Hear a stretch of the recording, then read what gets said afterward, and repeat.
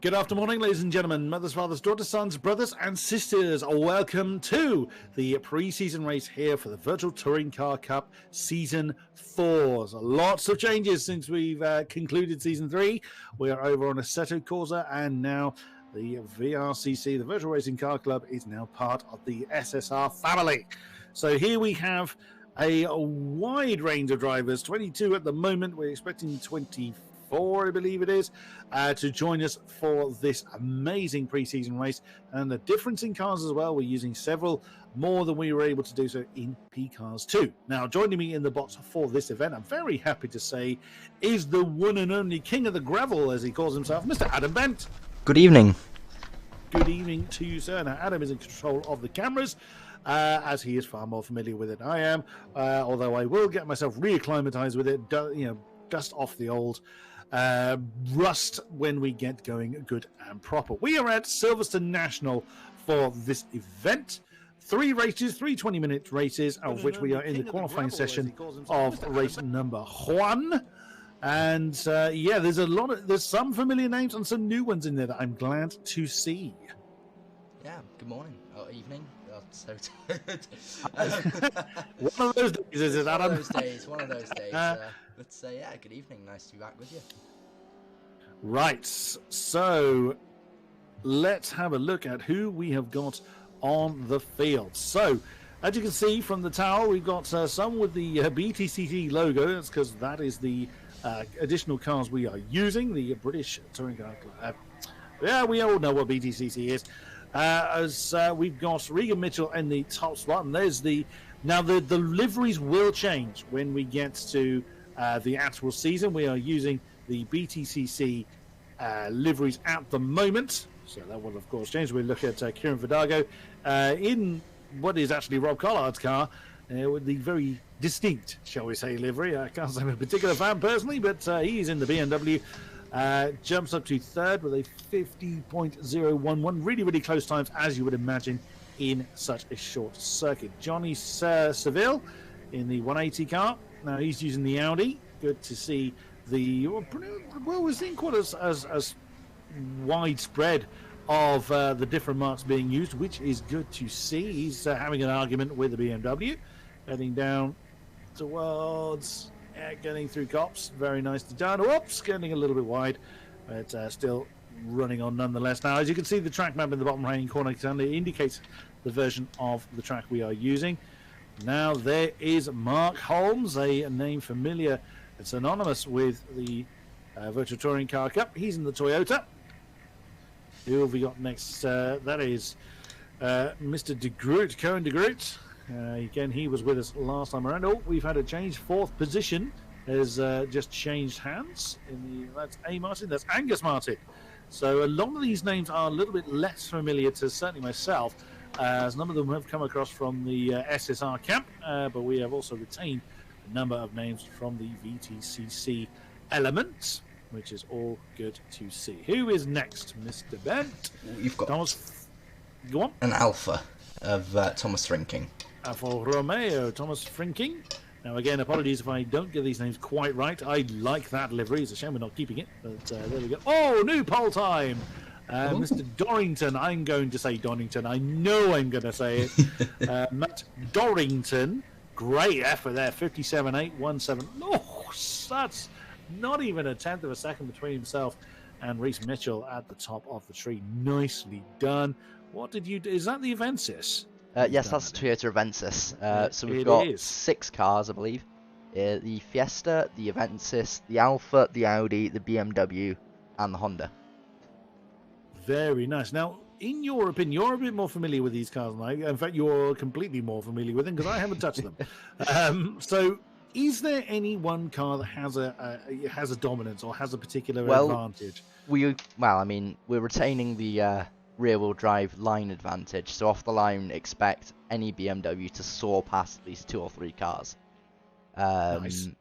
I mean, a lot of people have said that in the straight line, the Alpha was the best in testing. We've BOP'd it, so I don't actually know.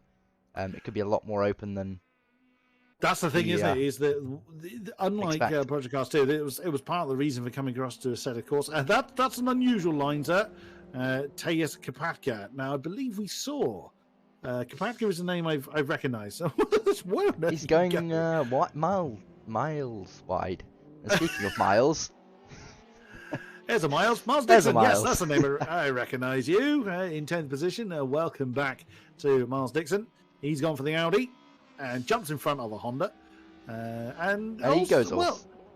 I'm not quite sure what they're doing, whether it's rallycross night as well. Clearly. Well, it looked like he was actually avoiding the Honda that was coming through. So it looks like the Honda was on a hot lap, so Miles was actually getting out of the way. Is that Chris Fisher that is next in 11th spot? See if I'm right. Yeah, one moment.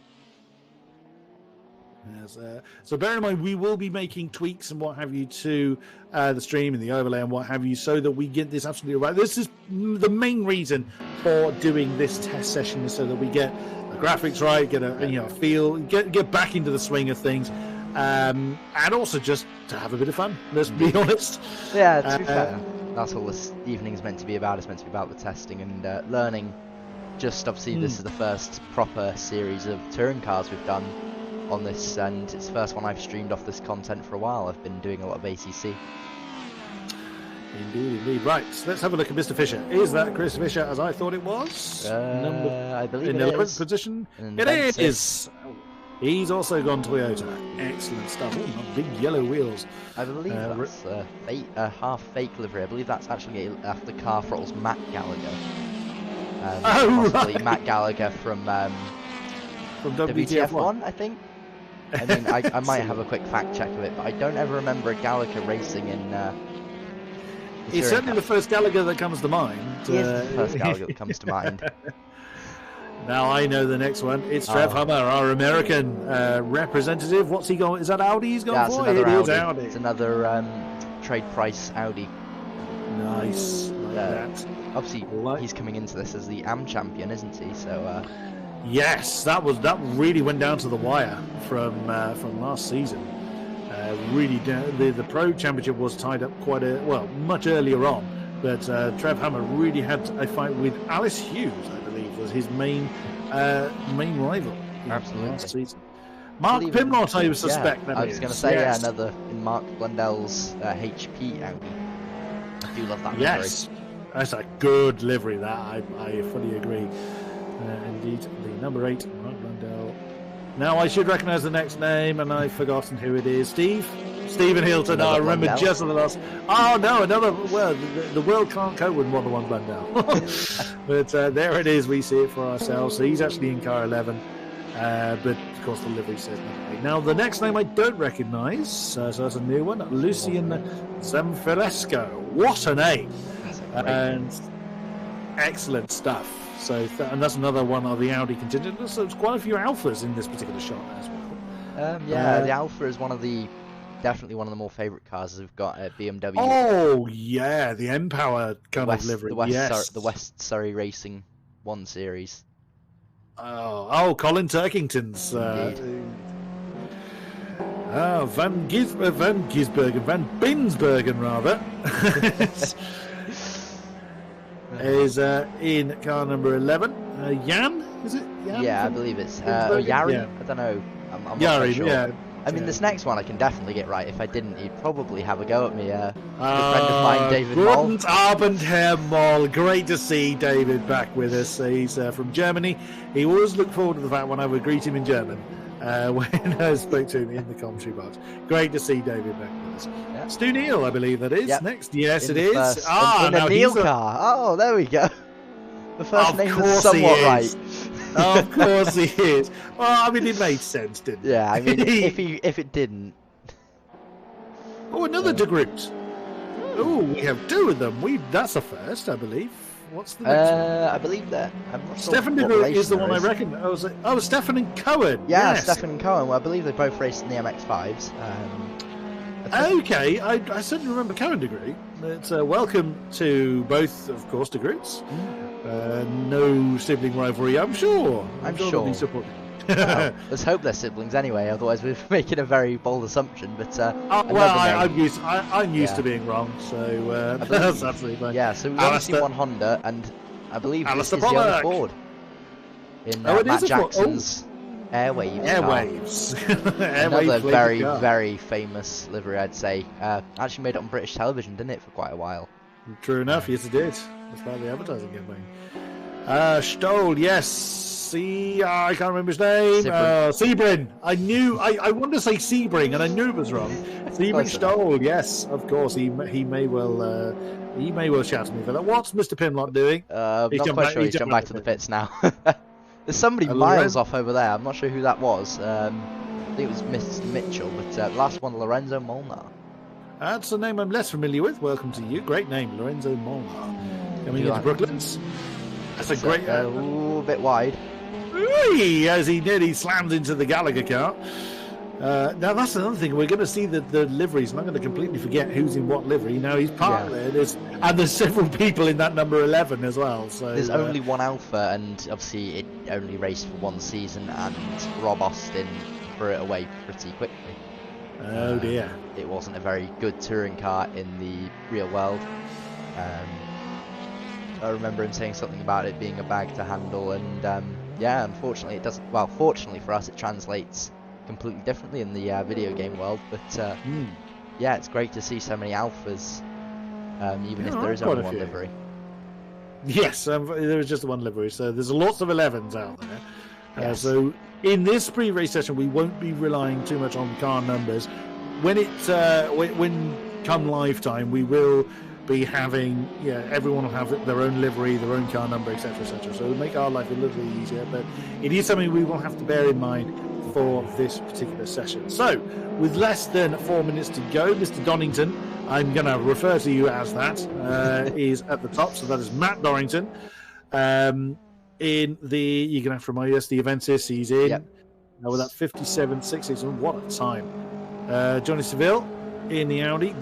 What a great camera that is. well positioned, Mr. Ben. Thank you very much. That's the most precise drone flying I've ever seen. James, please. But, Regan Mitchell has come back on track. Now, you thought he'd gone for a bit of a wander. We have seen some odd wandering, haven't we? Indeed we have. Earlier on. Kieran Vidago. Now, am I right? Is he the only Beamer that's running that? No, yes, he's the only one in the Rob Collard Beamer. There is also the Turkington Beamer somewhere. Yes, we saw that one, but this is the only eBay livery BMW on the field tonight. Yes, it is. A. Martin, I want to say Ashley Martin because that's someone who used to work with. Someone locking up massively behind him. So, great thing about this as well is that we can actually see the lockups better. So when it locks, it actually locks the wheels properly on this game rather than having to assume they've locked their wheels through the smoke. Yes. There's a number of advantages that allow us to that allow us to kind of balance the field a bit more and to just present a better show than what we were able to do with Project Cars 2. Now, as much as I'm a lover of the old of the old P-Cars 2 stable, I'm not that much of a fanboy that I don't recognise its faults. As Mr. Fisher has gone parking, as did Cohen de Groot. I couldn't quite see where he'd parked it from the drone camera angle. There is Angus Martin being chased by his fellow Audi. They're both in the 180 cars, so that must be Miles Dixon, who's jumped up into fourth, or was it? Yeah, that'll be in James Gornell's car. Two of them? Yeah, a lot of them, I believe. Because Jonathan Seville is also in the James Gornell car. So there you go. There's only 3 180s I can see, so there's lots of 11s. There's a lot of 11s, so that would be the Alpha. So the 11s, the Alpha, you always see is the Alpha. I think there's a Beamer that's got a number 2 as well. Yeah, so the only issue with number 2 is we've got a BMW of Turkington and a Honda of Neil. Oh, that is definitely not. Is that the pit exit? I'm pretty sure that was the. Yeah, I thought that was the longer pit exit. No. That is pit exit for the national version. It comes out right before Maggots, right before. Yeah, right. Yeah, it comes out before Maggots and then cuts through onto the Wellington Straight. We are watching from Stu Neal. With less than a minute to go, it's the grid beginning to take shape now. Pick a camera. There we go. So actually, with this one, you actually get to see how hard they're working. Well, the hands do make a really odd position sometimes. Yeah. coming through left field. Lovely place to watch racing, as I was able to enjoy in 2018, but I got absolutely sunburned. It creates a lovely sound box between Brooklands and Luffield. It amplifies everything, which I have no argument about. Wow, Stu Neal using all the available road and almost too much of it on the exit. And my goodness, that was Miles Dixon, I believe, flashing at his fellow Audi of Angus Dixon right ahead of him. So through Maggots, then you cut Miles out Dixon Maggots. off. It is indeed. That was Miles Dixon off. So the red. Over. Indeed it is. So the red highlighted name indicates they've gone off somewhere. That's more a hint to us to have a look at them more than anything else. Into Brooklands. The checkered flag is now out, so we're now, obviously everybody that is on that lap hopefully should finish their lap, but it doesn't look like anybody's improving on that lap. It's still showing Stu Neal is on an out now. That he's incorrect because he has crossed the line. No, he's come out of the pit lane. He's only just come out of the pit lane, so we're following him as he came out of the pit lane, I believe. Yeah, true enough. So so this is just practice, really. So he's not going to improve on 18th position, and there it is. So he has. Wow, look at that, 9 thousandths behind Zanforesto in 17th place. So very, very close, as you would expect, of course, for such a short circuit. Of course, Adam, he's listed on the driver tower, but he's not going to be taking part. Interesting. Everybody within 2 seconds of each other. That's very, very close indeed. Now, the tower is going to start shuffling around because people are leaving the session, as is correct for Assetto Corsa. Once the qualifying is done and the grid is finalised, people leave the session, and we then wait for the race session to be created, and we then get underway with race number 1 properly. So then, Mr. Bent, I'm looking forward to this. I'm absolutely looking forward to this. It's the first proper stream of touring cars on Assetto Corsa. Obviously, the game being a bit older than Project Cars, but so far providing some pretty good action. The actual it's the modding community that really kept AC so alive, and the evidence is clear to see that it's still so well recognized and so well respected as a really go-to sim for events like this. I think it was around in 2014, if memory serves. Believe so it's been around a few years. Let's have a quick fact check.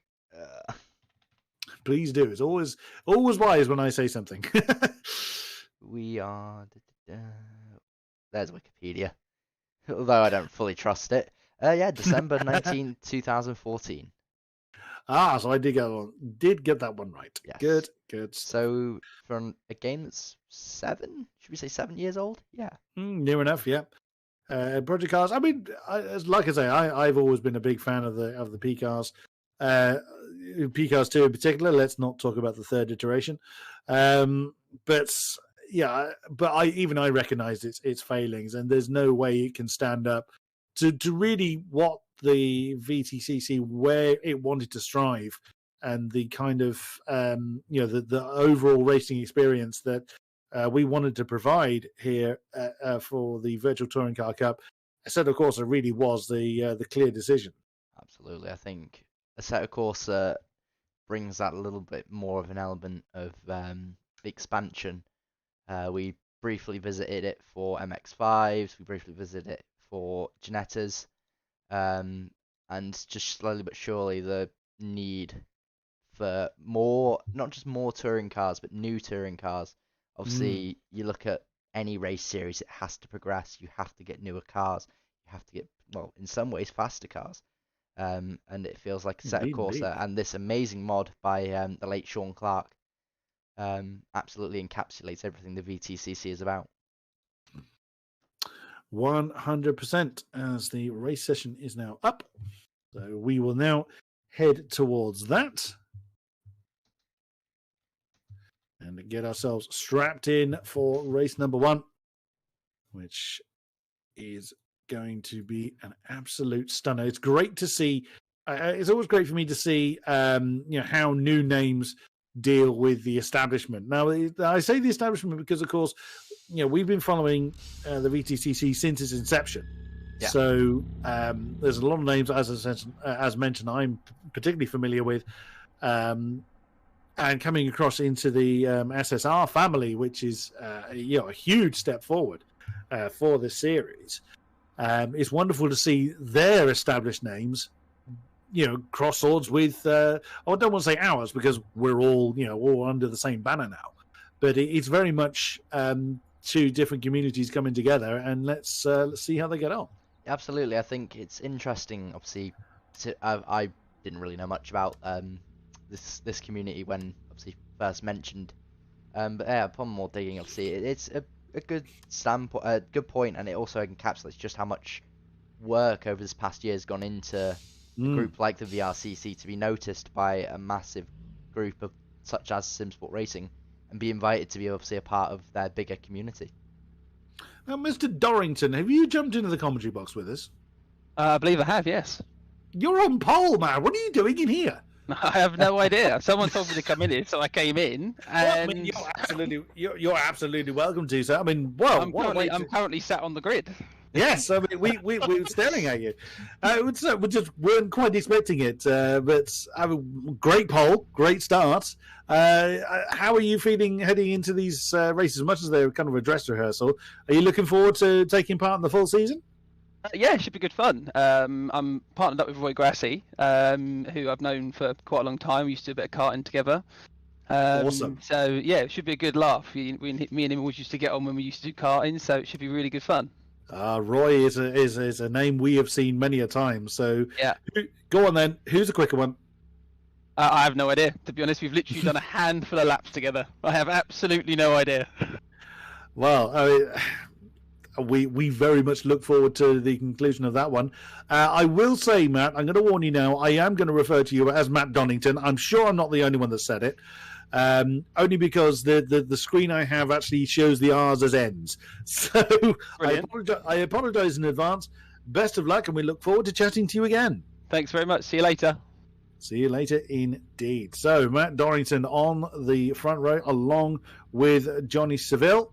And then it is Regan Mitchell and Miles Dixon taking on row number 2. Then it is Kieran. Of course, it is Kieran Vidalgo in the eBay flavored BMW with Ashley Martin. Angus Martin. I said that last time, didn't I? Indeed. Angus Martin. Then it is Cohen de Groot alongside Mark Holmes for row 4. And no. Oh no, we've lost Donington. Oh no, Donington has disappeared. We've lost our pole man. He has vanished. I did see the tower shuffle up. Oh no, I've commentated cursed him, and we haven't even gone anywhere. Ooh, I'm not sure how long we've got left till it. Oh, it's back. Thank God. Oh, that was a worry. You saw it, everybody. You saw the tower did shuffle there. Well, whilst we have a few more seconds before we get underway, so that's Mark Holmes in 8th, and it is Tim. Is it Frank? Thomas. Tom Frinking. Thomas Frinking. That I'm gonna. I apologise in advance. I do try and get people's names right. And then Trev Hummer. Trev Freedom Hummer. In row 5. Then it is I've forgotten again. Tejas Kapaka. Alongside Chris Fisher. I think we're getting ready to go. So I'll let you continue. Indeed. So then we will wait the lights. There they are. So for the pre-season race for Season 4 of the Virtual Touring Car Cup, anyone that has seen a racing on Assetto Corsa, you know this process. It is time to wind them up and let them. I always forget how long that is. And away we go. It's 20 minutes of frantic action here at Silverstone National. Who's going to be bravest on the brakes and who's going to get the best start? Side by side coming through turn 1. Oh, coming into Cop Seville alongside Dorrington. But it does look like Dorrington has managed to hold on to that one, or has he? Still side by side coming down towards Maggots now, and no, the Avensis has managed to hold on to that first position spot. Lots of shopping and changing going on. Doesn't look like anybody. I literally, as the words were leaving my mouth, as Mark Holmes and Alistair Pollock have fallen off the road. Oh, that's a car facing the wrong way. That's Zavarestu. Ooh, sit still. You do not want to be moving when you've got the field coming towards you. But look at that. Matt Dorrington is really being hustled hard. What a great start for most of the field. Sadly, a few have had a bit of an issue, but so far so good for the rest. So interestingly, the BMW didn't make such a good start as I thought it would. Those front-wheel drive cars seem to be holding it back for now. For now being the optimum phrase. So I'm grabbing a drink there. Oh, need to be quicker on my my intakes. Kieran Vidago has just overhauled. I've done it again. Angus Martin. Angus Martin. I will get that right. As he goes round the outside of Miles. Holy moly! I think that was Miles anyway. No, that was Martin. That was Angus Martin. No, Miles Dixon's still in fourth. So who did he overtake? That's a good question. Is there a back marker in there? Is Regan Mitchell? Back marker as well, I think. Yeah, that must be back. There must be back markers already. My goodness, so the start has gone horribly wrong for some. As Chris Fisher and Mark Pimlott are having an argument over 9th position, we are looking at Regan. I keep saying Regan Mitchell is fending off the advances of Miles Dixon as they come through to complete another lap. It's a very, very short lap. So looks like it might be 3 wide at the back. There we are, 3 wide. Oh, goodness me. Look at this. That's a lot of cars trying to argue over the same place. Now, it was actually coming up as Matt Dorrington there. That's actually Trev Hummer we've been looking at with an army of Alphas right ahead of him with an Audi mixed in there for good measure. My goodness me. So if he has a good run, he could gain 4 odd positions here. Can we ride on board with Trev for a second? So we can get... can we go bonnet cam or somewhere around the front? Cycle through them. That'll do. So you get a real idea of the frantic nature of this race. I think we've... oh no, we haven't lost one already. That was just your name that's disappeared from the tower. Yeah, good move there. That's Stefan de Groot. That's good. Yeah, that's Stefan de Groot that got that one a little bit wrong. Too deep into Brooklands. So he's still alongside. He's still alongside. You can still see the rearview mirror a little. Oh, that was close, but Trev Hummer has managed to make that one stick. So that's 1 out for dispatch as he's trying to work his way through and claim some more positions. But look at the time they're going to lose to the front in this battle. Obviously, the front are already doing 57s, 58s, and these guys are doing 1 minute flaps. So all this battling, obviously, it's great for us, but not going to help them in the way of trying to get further up the field. No, true enough. Actually, Matt Dorrington has managed to get himself a second's worth of lead up front. The top 3 actually are fairly equidistant apart. They've managed to look at that. They've managed to actually sort of spread out a little bit, which is absolutely amazing. But from Miles Dixon backwards, it's a real struggle for space. So Kieran Vidago, Angus Martin, and Cohen de Groot in that particular pack. Then a bit of a gap back to Chris Fisher in 8th, and then there's a big clump of cars right the way down to Stu Neal in 14th place. So. You can see that on the map indeed, that where the clumps of cars are. There's a few people, of course, slightly out of position. Sieben Stoll is right at the back of the field, so his start's gone from bad to disastrous.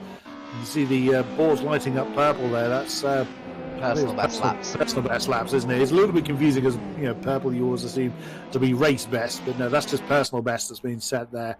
As Kieran Vidago is doing his best to stay in the tyre tracks of Miles Dixon. And Matt Dorrington is just being gained on slightly, ever so slightly, by Johnny Seville. But yeah, more of this, please. Absolutely. Akshik now, David Mole, sorry, I know it's Akshik so much, but David Mole on the back of Mark Pimlott now, so that Alpha clearly has a lot of straight line speed. Yeah, it's very much Austin. Yeah, so again, a very, very quick driver, and on a good day, absolutely, we've always been in contention of a race win. So I've raced against and lost against David Mole many times. So yeah, I can certainly testify that he's an absolutely outstanding driver, and he's in the tyre tracks of Mark Pimlott, who has steadily improved over the time of the VTCC. Absolutely. Chris Fisher as well is at the head of this particular train. I'm sure that he would prefer to have a bit more distance. Interesting that David Mole's wearing the Italian flag. Yeah, that's probably down to him not changing the flag in the game. But Yeah, so Assetto Corsa doesn't manually change your flag, so if you don't change it, you're automatically Italian. Obviously, Yunus being Italian. That makes sense. That does make sense indeed. So, like we say, that sort of thing will be all customised and corrected for when the season starts good and proper. I believe in 2 weeks' time is when we're scheduled to get it underway properly, as we now look to Silverstone, as he's just gone past Lorenzo Molnar. So that's wooden spoon avoidance at the tail end of the field. So Molnar's had an issue, as they are some 6.5 seconds behind. 8.5. 8.5, beg your pardon, behind San Foresto. And it's going to be a bit of a lonely race for them. But on they go nonetheless. Oh, what might have been. Again, Silverstone is a fairly quick driver in himself. I don't say all of these drivers are pretty quick. So that first camera wasn't particularly greatly positioned. But, so here we go. So on board then from almost a sort of rear passenger. So this is what it would look like if you hired Cohen de Groot to be an Uber driver for you. I mean, I'd pay for that Silverstone experience, wouldn't you? I mean, I absolutely would. I think I'd love to have a go in a touring car.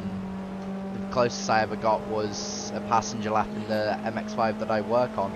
So, yeah, unfortunately it wasn't. That was at Alton. I was meant to drive it that day, but the student before me decided to throw it off at Cascades. Oh dear. That can't have gone well. No. was it a little bit of a mess when he got home? Just a small one. Still, this clump here is behind Regan Mitchell. So it's Mitchell, Miles Dixon, and Kieran Vidago in that three-way fight. This is the nature of this particular track. Although it is quite short, there's not all that many big braking zones. There's lots of sort of small ones. So actually making overtaking manoeuvres, you have to do it really the kind of traditional touring car method of getting your elbows out and getting a bit up close and personal. There's Stefan de Groot and Stu Neal have just swapped round for 13th place. So there's racing going on. That looks like Stu Neal off wide. Oh dear. So struggling to keep the Honda under control is Stu Neal, as Carpaccio has gone past. And that looks like Jari van Binsbergen. I'm going to say Van Gisbergen more than once. Oh, goodness me. So we've had a bit of an update on one element of this. Oh, come on. Who was that? That's Stefan de Groot going massively wide, I believe. Like all three. No, it wasn't. It was Cat Car. Sorry, I watched somebody hit. Wrong Alpha. It's so difficult. They're all the same colour. That's a shame. So that's Tejas Carpaccio that's gone wrong.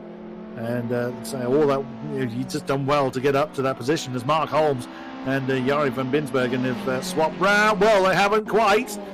And there's Stu Neal in that mixture as well. That's very wide, but if he holds it.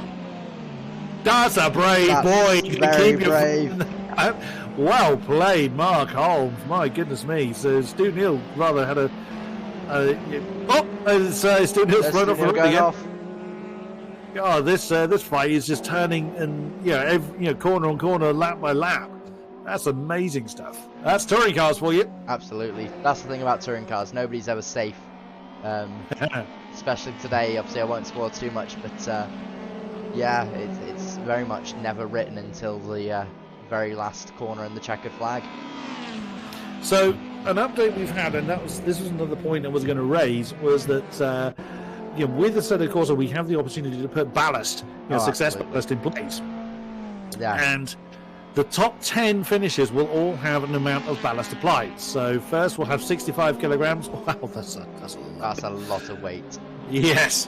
Second we'll have 55. Third 45, and then it's down 5 kilos from there down to 10th, which will have a simple 10 kilograms. So, wow. I mean, 65 kilograms may not necessarily sound like a lot, but when you are so used to a car behaving in a very, very specific way, that's a huge lump to put in. Absolutely. I mean, isn't 80 litres of fuel is 80 kilograms, is it not? Yeah, so it's about that, yeah. Yeah, so it's almost for a longer distance race, that's like another additional fuel tank. Yeah, absolutely.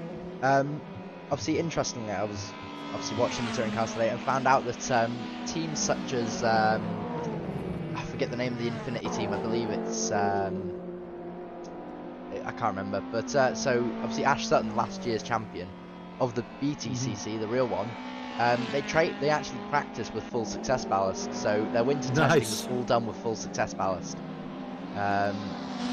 So obviously, yeah, they obviously train with it, and obviously some of the guys here will probably train to get used to obviously the success ballast.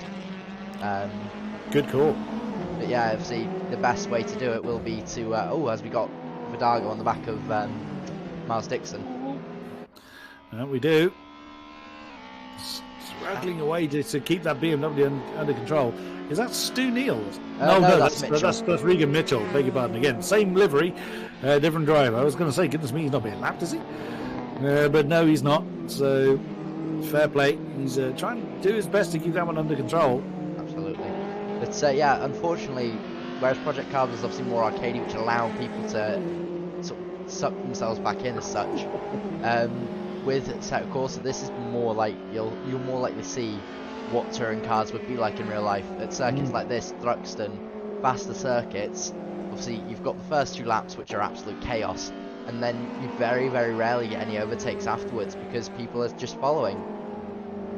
That's the nature of the beast. I mean, racing has that. You know, not every race is punch and counter punch. You will always have, races in the calendar that have that element of applying the pressure and trying to force a mistake. Also, watching Kieran Vidago's car, that does not want to behave itself under braking. Absolutely that BMW, not. it's really wriggling around. I mean, it's the only rear-wheel drive car of the 6. So, while it can carry so much more acceleration through a corner or out of a corner, and you can obviously get the better line, it does misbehave a lot. And yeah, he's going to be obviously cooking his rear tyres constantly, because it just wants to slide everywhere and just misbehave. But I believe that was a common fault of those BMs in the real world as well. Let's have a look at David Moll. He has got some real close company in 9th position from Mr. Frinking. There is the Alpha right behind, the Alpha right behind the Alpha. Again, having a look on the inside of Cops. Brave boy. Can be good. You can do it, but you've got to commit to that one much earlier. Yeah, you can't just banzai that one on the inside of Cop and hope it works. Lewis Hamilton tried that, and well, look how that ended up. Okay, different story in touring cars, but even still, you do not want to be banzaiing on the inside of Cops anytime soon. And right behind them is Mark Pimlott, and so he's about a second behind with Trev Hummer in short succession as well. So absolutely. David Moll has got a lot of pressure on his shoulders, along with Miles Dixon, as we were looking at earlier with Kieran Vidago. That's having an argument. That's a name we haven't. We mentioned him briefly. It's I think it's pronounced Madden. Is it Madden or Mayen? I'm not 100% sure. You're asking me. As a Madden Rebel. In the number 2 car, or one of the number 2 cars. That's the Colin Turkington flavoured BMW. As Mr. Binsbergen has lost a spot to... Is he going to lose another one? Yeah, so he's had an issue somewhere around Luffield, I think. That's dropped 2 positions. That's Taya Kapatka and Steve Hilton has gone through as Kieran Vidago is pushing, or almost pushing, Miles Dixon along. My goodness me, that's very close. He's pushing him very hard to try and catch, obviously, in front. There's a Honda in front. And there we go. There's the mistake he was waiting for. So, obviously, clearly just pressuring Miles has caused him to make the mistake. And, obviously, now he's made it through. But, yeah, obviously, you've got to keep pushing. And this is the nature of touring cars. You don't exactly overtake on, on speed. You overtake by being that little bit more aggressive. Obviously, you'll get penalised for deliberately punting somebody off, but being right on their bumper, it's not illegal, Giving them a little nudge to let them know you're there is completely fine within limits. And, putting pressure is the whole point and the whole name of the game sometimes. Yeah, absolutely. I mean, there was no impact there. It was firm but fair racing, exactly what we love to see. But remember, this is a battle for the last podium spot in this race. And, of course, a success ballast will be applied. I should have made it clear that, for race 1, there is no success ballast applied because, of course, we haven't had a race yet. It's after race 1 that the success ballast gets applied. So if you manage to win race 1 and 2, you're going to be carrying 130 kilos with you. That doesn't sound fun. It's basically to try and ensure that one person doesn't just completely dominate all the racing going on. Which there's several different ways of applying success penalties. So you either do it as ballast, or you can do it in.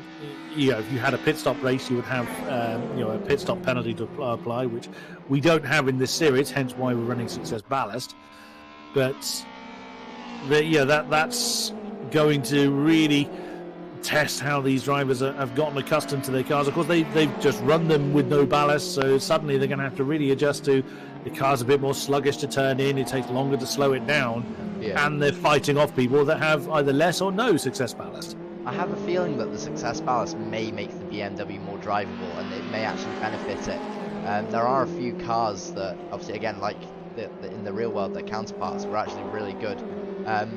Toby's just clarified that it's not cumulative, so obviously the winner will keep 65, and then if wherever they finish, they'll lose the X amount of ballast. But obviously, some cars, like the rear-wheel drive cars, do actually benefit sometimes from the success ballast because it keeps those rear tyres planted more. Well, that will be interesting to see. It's sort of Kieran Vidago in this very strong 4th position will give himself at the moment 40 kilos of success ballast. He's overtaken. So well, Regan Mitchell's gone wide, so this now means that he could be under attack from Miles as well. Where is Miles? There he is. There he is. Ooh, wow, you saw the Honda don't get out of that one, tried to turn in, and the wild BMW was there. Now, this is great. So we've got BMW versus Honda versus Audi. Is this not also what touring cars is all about? So, brilliant stuff. Oh, was that someone on the inside line? Yes, it was. It was a back marker that was very much rescue. Zamfrescu in the Audi is getting out of the way quite right, doing exactly what he should do, staying off the racing line. Look how close Miles Dixon is! My goodness, that Honda wandering wide. Where is the Honda? There he is. It's there we go. I think Miles has made it through. No, he hasn't. Still alongside. Nicely done. He's going to have the inside line for the cut through as he bounces off the apex. That's going to allow the BMW to stretch his up. Go to the drone cam. That's probably quite a good one for that one. Oh, never mind. The Honda's gone the other side now. No. There we go. That one. Oh, yeah. Great camera for this one. So, Regan Mitchell has been in 3rd for so long. Oh, we've got one off. Frinking's off. No, he was on the tail of Trev Hummer, I think he was. No, it was David Marley was arguing with. So where's he done that? That looks like a cut through. That's the cut through. It is indeed, yes. So the end of Maggots. Oh dear, that's gone horribly wrong for Frinking. So down from 10th position all the way down to 17th. So we jump back up to this fascinating battle for 3rd position. Now with all the fighting they've been doing, Kieran Vidago has managed to give himself about 1 and a bit seconds lead. Well, lead from Miles Dixon and Regan Mitchell at least. But that's the nature of these type of racing as well. Whilst it may not be huge amounts of punch and counter punch, one mistake can be very, very costly, as that's another back marker staying out of the way. Alpha rally car, clearly. That might be Lorenzo, I think. No, yes it is. Yeah, yes, it was. Yes, well spotted. It's Lorenzo Molnar. That's again doing a good job of staying out of the way. And there is Kieran Vidago, so he's 4.3 seconds behind Johnny Seville. And the top two really haven't had an awful lot to worry about, with only 30 seconds left until the checkered flag falls. As this will be the last lap now that Matt Dorrington's just started. Unless he flies off the road somewhere, then he's going to have a fairly easy sail home.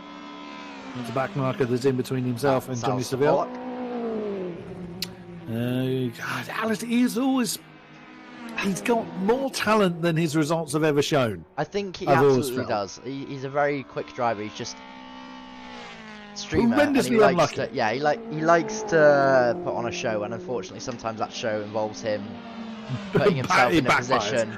Yeah, putting himself in a position where really he shouldn't be putting himself. But Stu Neal goes back through Zamfrescu, I think that is, trying to overtake Gruel. Yeah, it is. Goodness me, it's having a great old scrap. But so Stu Neal hasn't given up on proceedings. It's a shame. Dorrington absolutely dominating and takes the win. But he does indeed. So your winner for the first race of this pre-season event is the Avensis, the Toyota Avensis of Matt Dorrington. Johnny Seville is going to take second in the Audi. Vidago third in the BMW. Miles Dixon, second Audi home in fourth position. Then Regan Mitchell is the lead Honda Regan. over the line. Did it again, didn't I? Yeah. I apologise in advance. I will get them right. Probably by the end of the season, but I will get them right. Angus Martin has come home. He's apparently from France. I'm not sure if that's correct or not. Cody Groot, he is Dutch. I'm pretty sure that one is right. Chris Fisher in 8th position. Then David Moll holds on to 9th. And rounding out the top 10 is Mark Pimlott. Trev Hummer has come home and is already celebrating. Oh, and there we go. Traditional sim racing celebrations going on there. As San Fresco's just crossed the line and Grewell. So the order you see in the tower is indeed everyone. Wow, what a first race we've had.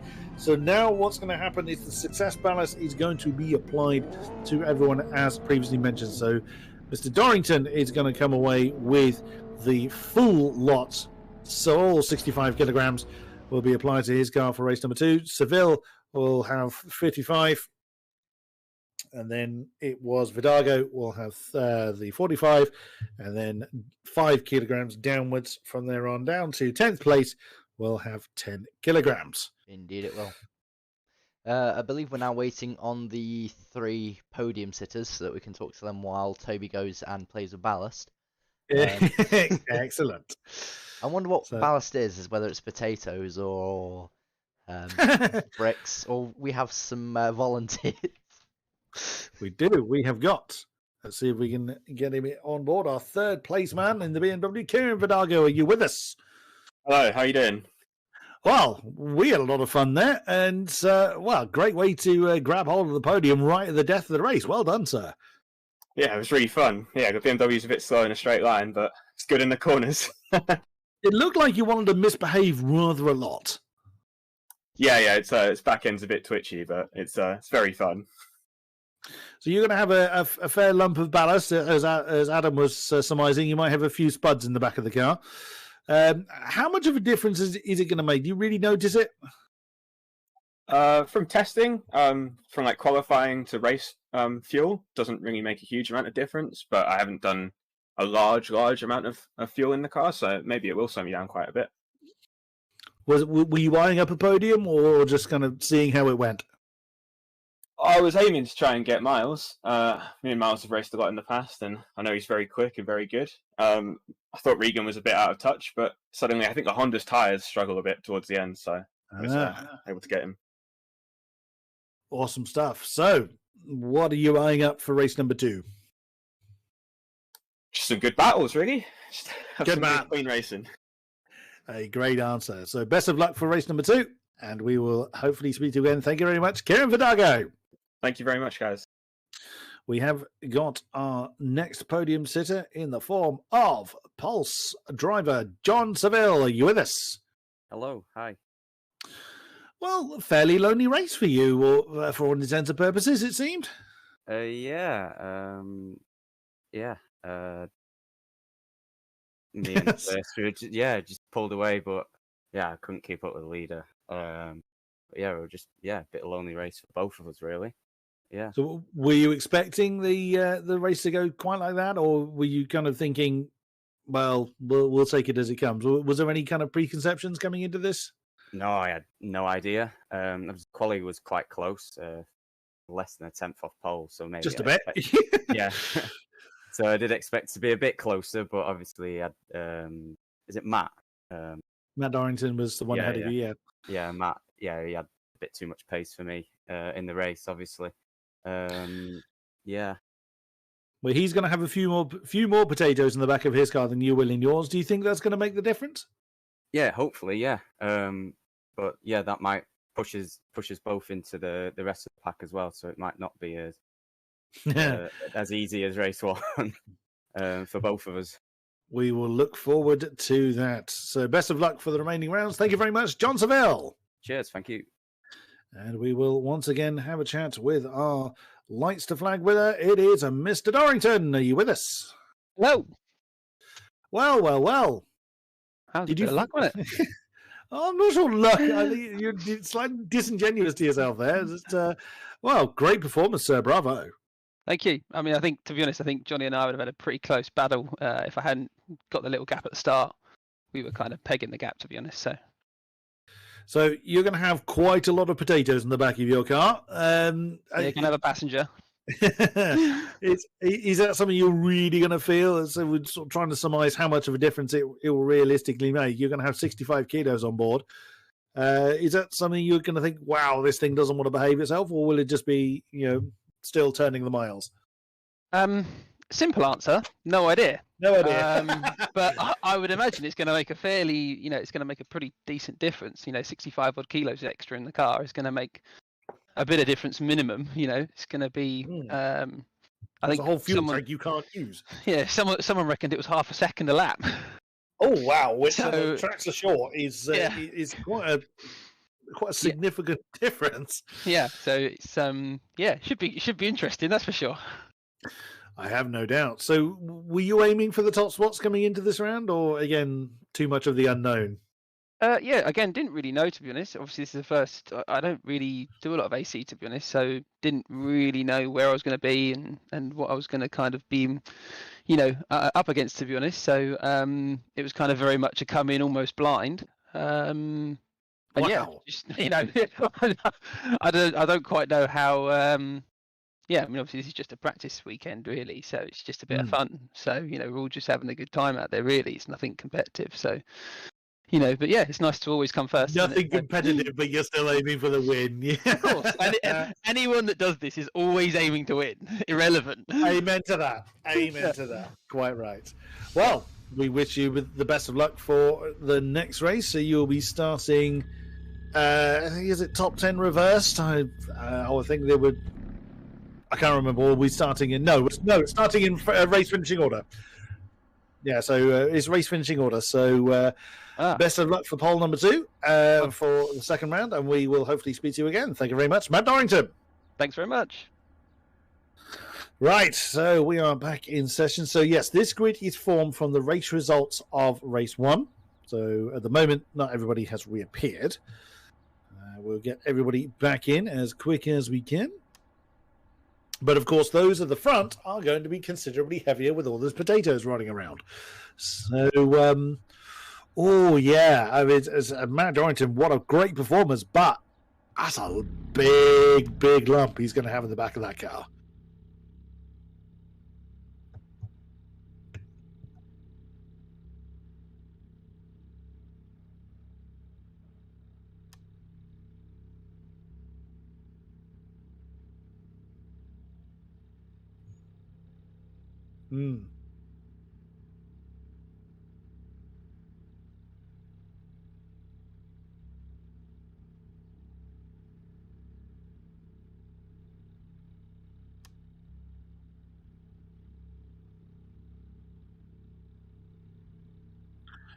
Yeah. That's a fair point, because if you put all the weight in the back of a front-wheel drive car, you are taking traction away from the front. So, but of course, if you put it in the back of a rear-wheel drive car, and you alluded to this earlier, Adam, is that you benefit. Well, I'm sure it's a slightly mitigated benefit, but it's still you're putting more weight onto the wheels that's doing a lot of work. So, yeah, that's an interesting point. I mean, we don't actually know how that is actually distributed, whether that is a setting that is set by the moderators or whether that is just something within Assetto Corsa. We don't actually know. But either way, it is still... I would imagine that the weight is going to be a detriment, no matter how it's been displayed.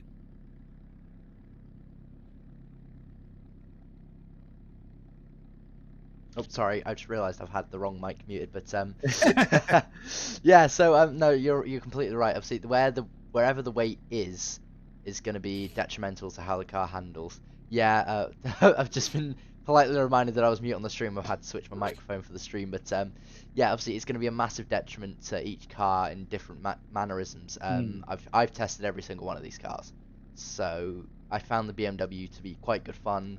But again, I never tested anything with ballast, so it's going to be completely different for each driver, because obviously that ballast all of a sudden puts them in a position of, I've got to drive harder with this extra weight. So what would have been your weapon of choice were you on the grid? Well, I am doing the Saturday series, so I will be taking part, and I will be taking part in an Audi RS3. I've modelled my livery after the 90s IMSA GT days, but yeah, I think very much a case of the Audi was the best car to just sort of pick up and drive straight away. Okay. And obviously the Alpha was before the obviously the balancing VOP was put in, was the fastest in a straight line. But yeah, I think I almost did go with my Sicily, like I backed Sicily myself, so yeah, I would have gone, if not I would have gone the Avensis just straight up. But I believe I'm going to hand over to you now. Okie dokie, race number 2 is about to get underway. The lights come on. It is time to wind them up and let them go. Now, these cars are, well, certainly the top 10 are much heavier than they were before. The BMW is taking full advantage of it, already moving to the middle of the road, but can't quite capitalise on the acceleration difference. Here we go again. That is Dorrington, the defending off the advantage. He hasn't been able to quite fend off the advances of Johnny Seville. Johnny has made some nose ahead at the moment, now coming down into Maggots for the cut through. Surely well, Johnny looks Seville. Like Seville up the inside, so again, that ballast, maybe that extra 10 kilos is making a difference in the Avensis, but the BMW seems to be absolutely loving that extra bit of ballast. Looks like it, but Dorrington's not giving up on that one. Mark Straight Holmes into off somewhere. Yeah. Oh no, Mark Holmes again has come a cropper. But further up front, my goodness, there's Kieran Vidago fending off the advantage of Miles Dixon. Miles trying to get on the inside line, coming through Luffield. Can he get it done? Yes, he can. There's one. Where's Regan? Where's Regan? Where is Regan? That's a great question. There is the Honda. Oh, couldn't quite commit to the inside line. Coming through Woodcote. Oh, me of little faith. Yeah, he is. Oh, great David move. Is he going to be? Oh no! Oh no! David Mullen. I think it might be a drive-through. Oh, jumped the start, did he? Well, the Honda has gotten ahead of the BMW. Seville leads Dorrington, leads Dixon, leads Mitchell, and Karen de Groot has now gone past Kieran Vidago as well. So, I say that, they're actually having an argument for 5th place, but look at the gap that the top 2 have got for themselves. The BMW gets a bit of a punch in the face there from one of the Alphas. That is Karen de Groot that is having an argument with, is that Vidago? Yeah, I believe he's head. He's actually mixed. Yeah, he's now Regan Mitchell. He's now trying to fight with Angus Martin just alongside him, as Trev is losing position to Mark Kimlott in the back. Yeah, so the success ballast is certainly making a bit of a difference, certainly in the midfield, or towards the top end of the midfield, you could argue. As there's Dorrington, race 1 winner. Side by side is Angus Martin, along with that'll be Karen de Groot. He's arguing with, coming down into Cops. Oh, great outside move there for Karen de Groot. Well, it was a more defensive manoeuvre to hang on to 5th. Nicely done, though. So he didn't give up on that one. And maintained for 5th. Attacking, though, I think if you watch now, he's going to possibly try and take a switch back and try and have that better exit. Oh, change for the lead as well. Look at that, side by side with the lead. Dorrington is actually nose ahead of Seville, coming down the Wellington straight, and he's going to have the inside line for Brooklands with Miles Dixon. With Miles Dixon in tow as well, but remember that Seville's got the slightly lighter car as they come through. Brooklands now going to the inside line for Luffield. Oh, see, this is where you need to switch back in, otherwise Miles is going to take full advantage here. Oh, yeah, right on board with Miles Dixon if we can. And he's going to have a great ringside seat for the lead battle. There we go, great camera on this one. And there we go, as Dorrington's got a bit of a slipstream. Now we're going to try an outside manoeuvre at Cops. Oh, you're a brave boy if you try this one, especially you're such a heavy car. Oh, Miles is now going to get 3 wide. Oh, is he going to go for his teammate? He's pushing his teammate. That's a little bit of a cheeky push to try and get past his teammate. Dorrington's gone a bit deep now. Miles Dixon's going to try and get a move, get out of Maggots through the cut through and onto the Wellington straight. Miles Dixon side by side with Seville. Is he going to try and nail the pair of them? Oh my goodness, it's difficult to know who's ahead of who. Dorrington just about leads. They're all everywhere. They're absolutely everywhere. That looks like a bit of contact. There was a bit of contact there. Where's Dorrington? There he is. He's been pushed up wide. And he's Three back more in. coming into left field. There's 5 or 6 of them in this front battle here. There's Angus Martin, there's Chris Fisher. Everybody is bunched up. This ballast is absolutely making an incredible scene here. You sure you don't want to race in this one, Adam? I might have to dust off the wheel that's beside me. But no, this is incredible, honestly. And bear in mind, obviously, this next one is a random grid reverse poll. So when they finish this, I think it's the top bottom half of the top 10 or top 8 will be put into a random pot, and it will be one of them that takes the poll. And bear in mind, they all still have the same success ballast from their finishing positions. So yes. Obviously, all of a sudden, the people with 65 kilos are going to be somewhere in the random part of the field. So they're going to have to do even more work to try and do this again. Absolutely. So, where's Miles Dixon? Where is he's down to 6th. Nope, he's just jumped up to 5th ahead of Angus Martin. Oh, well, I say that. They're side by side coming into left field now. Angus Martin with the inside line is going to hold on to that 5th position. But yeah, Miles Dixon, I bet that's just a single mistake that has sent him tumbling down the field, because look at that, that is first down to about 10th. That is in that, it is first to 10th in that entire line, as Hilton and Greville swap around for 17th position. As much as we would love to look at all the battles going on, there's Trev Hummer nailed to the back of Mark Pimlott. We saw those two swap around earlier on. That's the view from the bonnet of the American. Now, what's he going to be able to do? Is he going to banzai that one into maggots? No, he thinks better with that one. Oh, there you go. He forced a mistake. Can he go up the inside? He's got to put the power down now. I think he's got it done here. He should get it done. No. Oh, no, not Mark's quite. got the power. Oh, Nicely Trev, done. easy now. Trev, when he first started in the VTCC, was a little bit inconsistent with his driving, but it really has come on leaps and bounds in that particular regard. That was really nicely done as Greville has gone off the road somewhere and is now down to the tail end of the field. But look at this one there. So that was down at Maggots where he's made the mistake. We've missed the change for the lead. We've missed the change for the lead here, but it's amazing that we've got the two that obviously were originally leading the pack in race 1. And we've got somebody new in P3 and P4. Obviously, Regan was there earlier, but, you know, Cohen de Groot up there. That's Regan Mitchell now trying to overtake Jonathan Seville. So the Honda, with less weight, absolutely all over the back of the Audi. Well, Kieran Vidaga is now down into 7th, having an argument with Chris Fisher for that spot. My goodness me, there is Regan Mitchell having a look on the inside line coming into Brooklands. Can't quite get it done, though. He's got Cohen de Groot, as you just mentioned, right on his tail. Angus Martin got it right this time in 5th position. Bit of a gap then to Miles Dixon, who's not been able to close that gap down. But, you know, I think Miles is also carrying a little bit of weight. There's Kieran Vidaga all the way down in 8th place.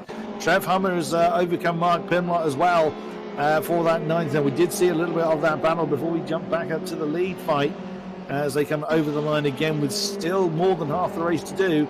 And yeah, Dorrington and Seville have not been able to run away from the field, as that's Steve Hilton having an argument with Alistair Pollock there, and a great argument for what is for 16th place. So there's fighting everywhere in the entire field. But you can see on the map just a sheer amount. They look like a flock of birds. The top 10 spots all really, really close together. Absolutely, it's incredible to see again. Obviously, you know, this is the kind of touring car racing you want to see. This nose to tail, constantly trading positions. You never really know what's going to happen until the very last corner. But even then, hopefully, it won't be written until we come to the line. One thing obviously we've got to mention is that there is no pro champion this year. When there's no returning pro champion, obviously Andrew Gillum, being the former champion, is not returning anymore. Hung up his racing wheel a few months ago. He did. Whoa! And that, I think, was Cohen de Groot that's flown off the road. Was it? Oh, he no, was back. indeed him. Yeah, he's got back on the road. Oh, side by side, that's Seville and Mitchell. Mitchell. He's done it. I think he's surely got the pace to come out of the corner. Oh my goodness me! That's very close. Still side by side. Then as they come down, they went into straight. Now Mitchell's going to have the initial inside line coming into Brooklands. Is that going to be enough? Seville is just behind. He's going to try and throw it up the inside. There we go. There's contact. Oh, and that sent both of them into, well caught there by the Honda. Regan Mitchell held onto that, but That has sent Seville down into 5th position. That's actually given him more contact. going to Groot. That's and that's wow. touring cars. That is absolutely, that just summarises touring cars.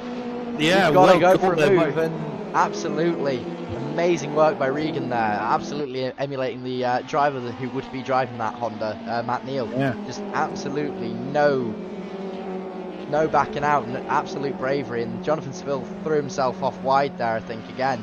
But it's nose to tail, and that one small mistake lost Seville 2 positions, and Huge, again out of the podium. Gave Cohen de Groot a brief moment in the podium, and Angus Martin, Regan Mitchell, and obviously the only continuous podium sitter at the moment is Mr. Dorrington. Well, yes, he's once again enjoying some free air to himself, or comparatively a lot of free time, as there's all kinds of chopping and changing going on. Trev Hummer was briefly having swapping places with Kieran Verdaga. He must have made a mistake somewhere, because he was ahead of Chris Fisher a few corners ago. So that BMW's been off the road somewhere. But there's still, was the quick fit flavoured car. That's a Kapaka, I think. It's either that or Frinking that had a bit of a moment there. Managed to catch it. Oh, David Moll! David Moll's off! Oh no, what has happened to the German? He's Luffield. down. That looks like it would be something to do with contact, because that is a very odd place to go off on brakes. So that would be something to do with contact. But we're very much emulating what a touring car race would be.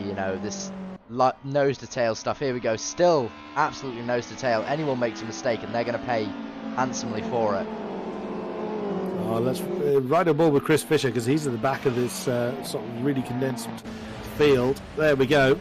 There's Seville trying to throw it as hard as he can to catch up. You can see him locking the brakes and near enough every corner, running a bit wide there, but clearly knows something that the guys in front don't, because that was a superior exit, definitely. Miles Dixon's car belching flames as it's on the rundown heading into Brooklands. Actually, the amount of smoke that was coming off the tyres honestly looked like the car had caught fire. But Chris Fisher is enjoying it. There it is again, look. They're all doing it. They do.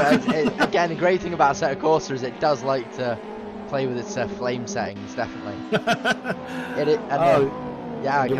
I couldn't agree more with Toby there. Ballast is producing some incredible racing.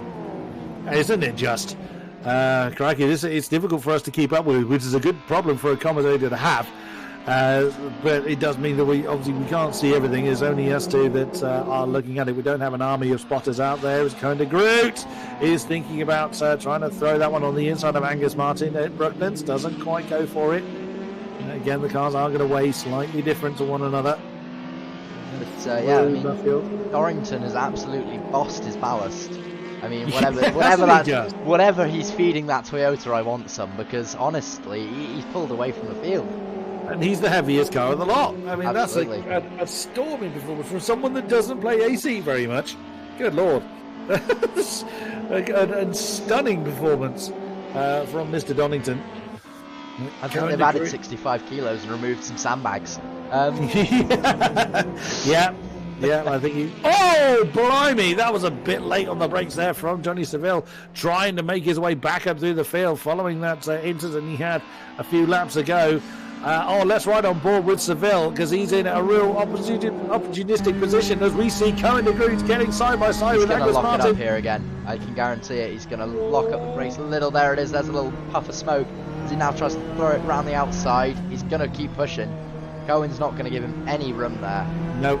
Very well defended. You're never likely to make a move on the outside of Luffield.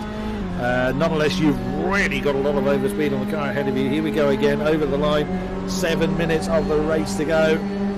And still one more race after this one, bearing in mind, look at in the rearview mirror, Miles Dixon is very large, and those mirrors add a bit more pace coming through tops. Is he going to try and make the move? Miles Dixon jumps out from behind. Johnny Seville, they get side by side along with Cohen de Groot and Angus Martin. Their teammates. Oh, not quite. But there's no love lost there. No, there's no team orders going on there, is there? Goodness me. There's the Gallagher flavoured car. That's Chris Fisher. That's right there with them Miles as well. Up the inside, so Miles should have the superior grip here to take the inside line. It does turn to the outside, but if Miles can just get a nose right behind his teammate, he should get a better run through here. He's tucked in behind Seville once again as they come out of left field, heading down towards the start-finish line once again. Well, Miles Dixon is determined to make a move in one way, shape or form. He doesn't care where or how. He wants to get on with it.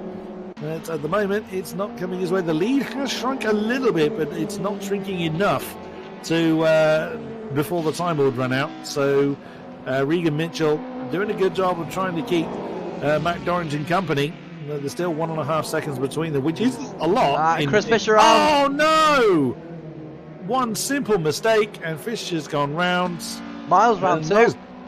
Was there contact between the two then? That very much looked it. The Avensis did go very, very deep into the corner. So Fisher dropped down to 12th, Miles down to 9th. But that does still allow Miles the opportunity to be in the reverse grid pole. Whoa! So, true enough.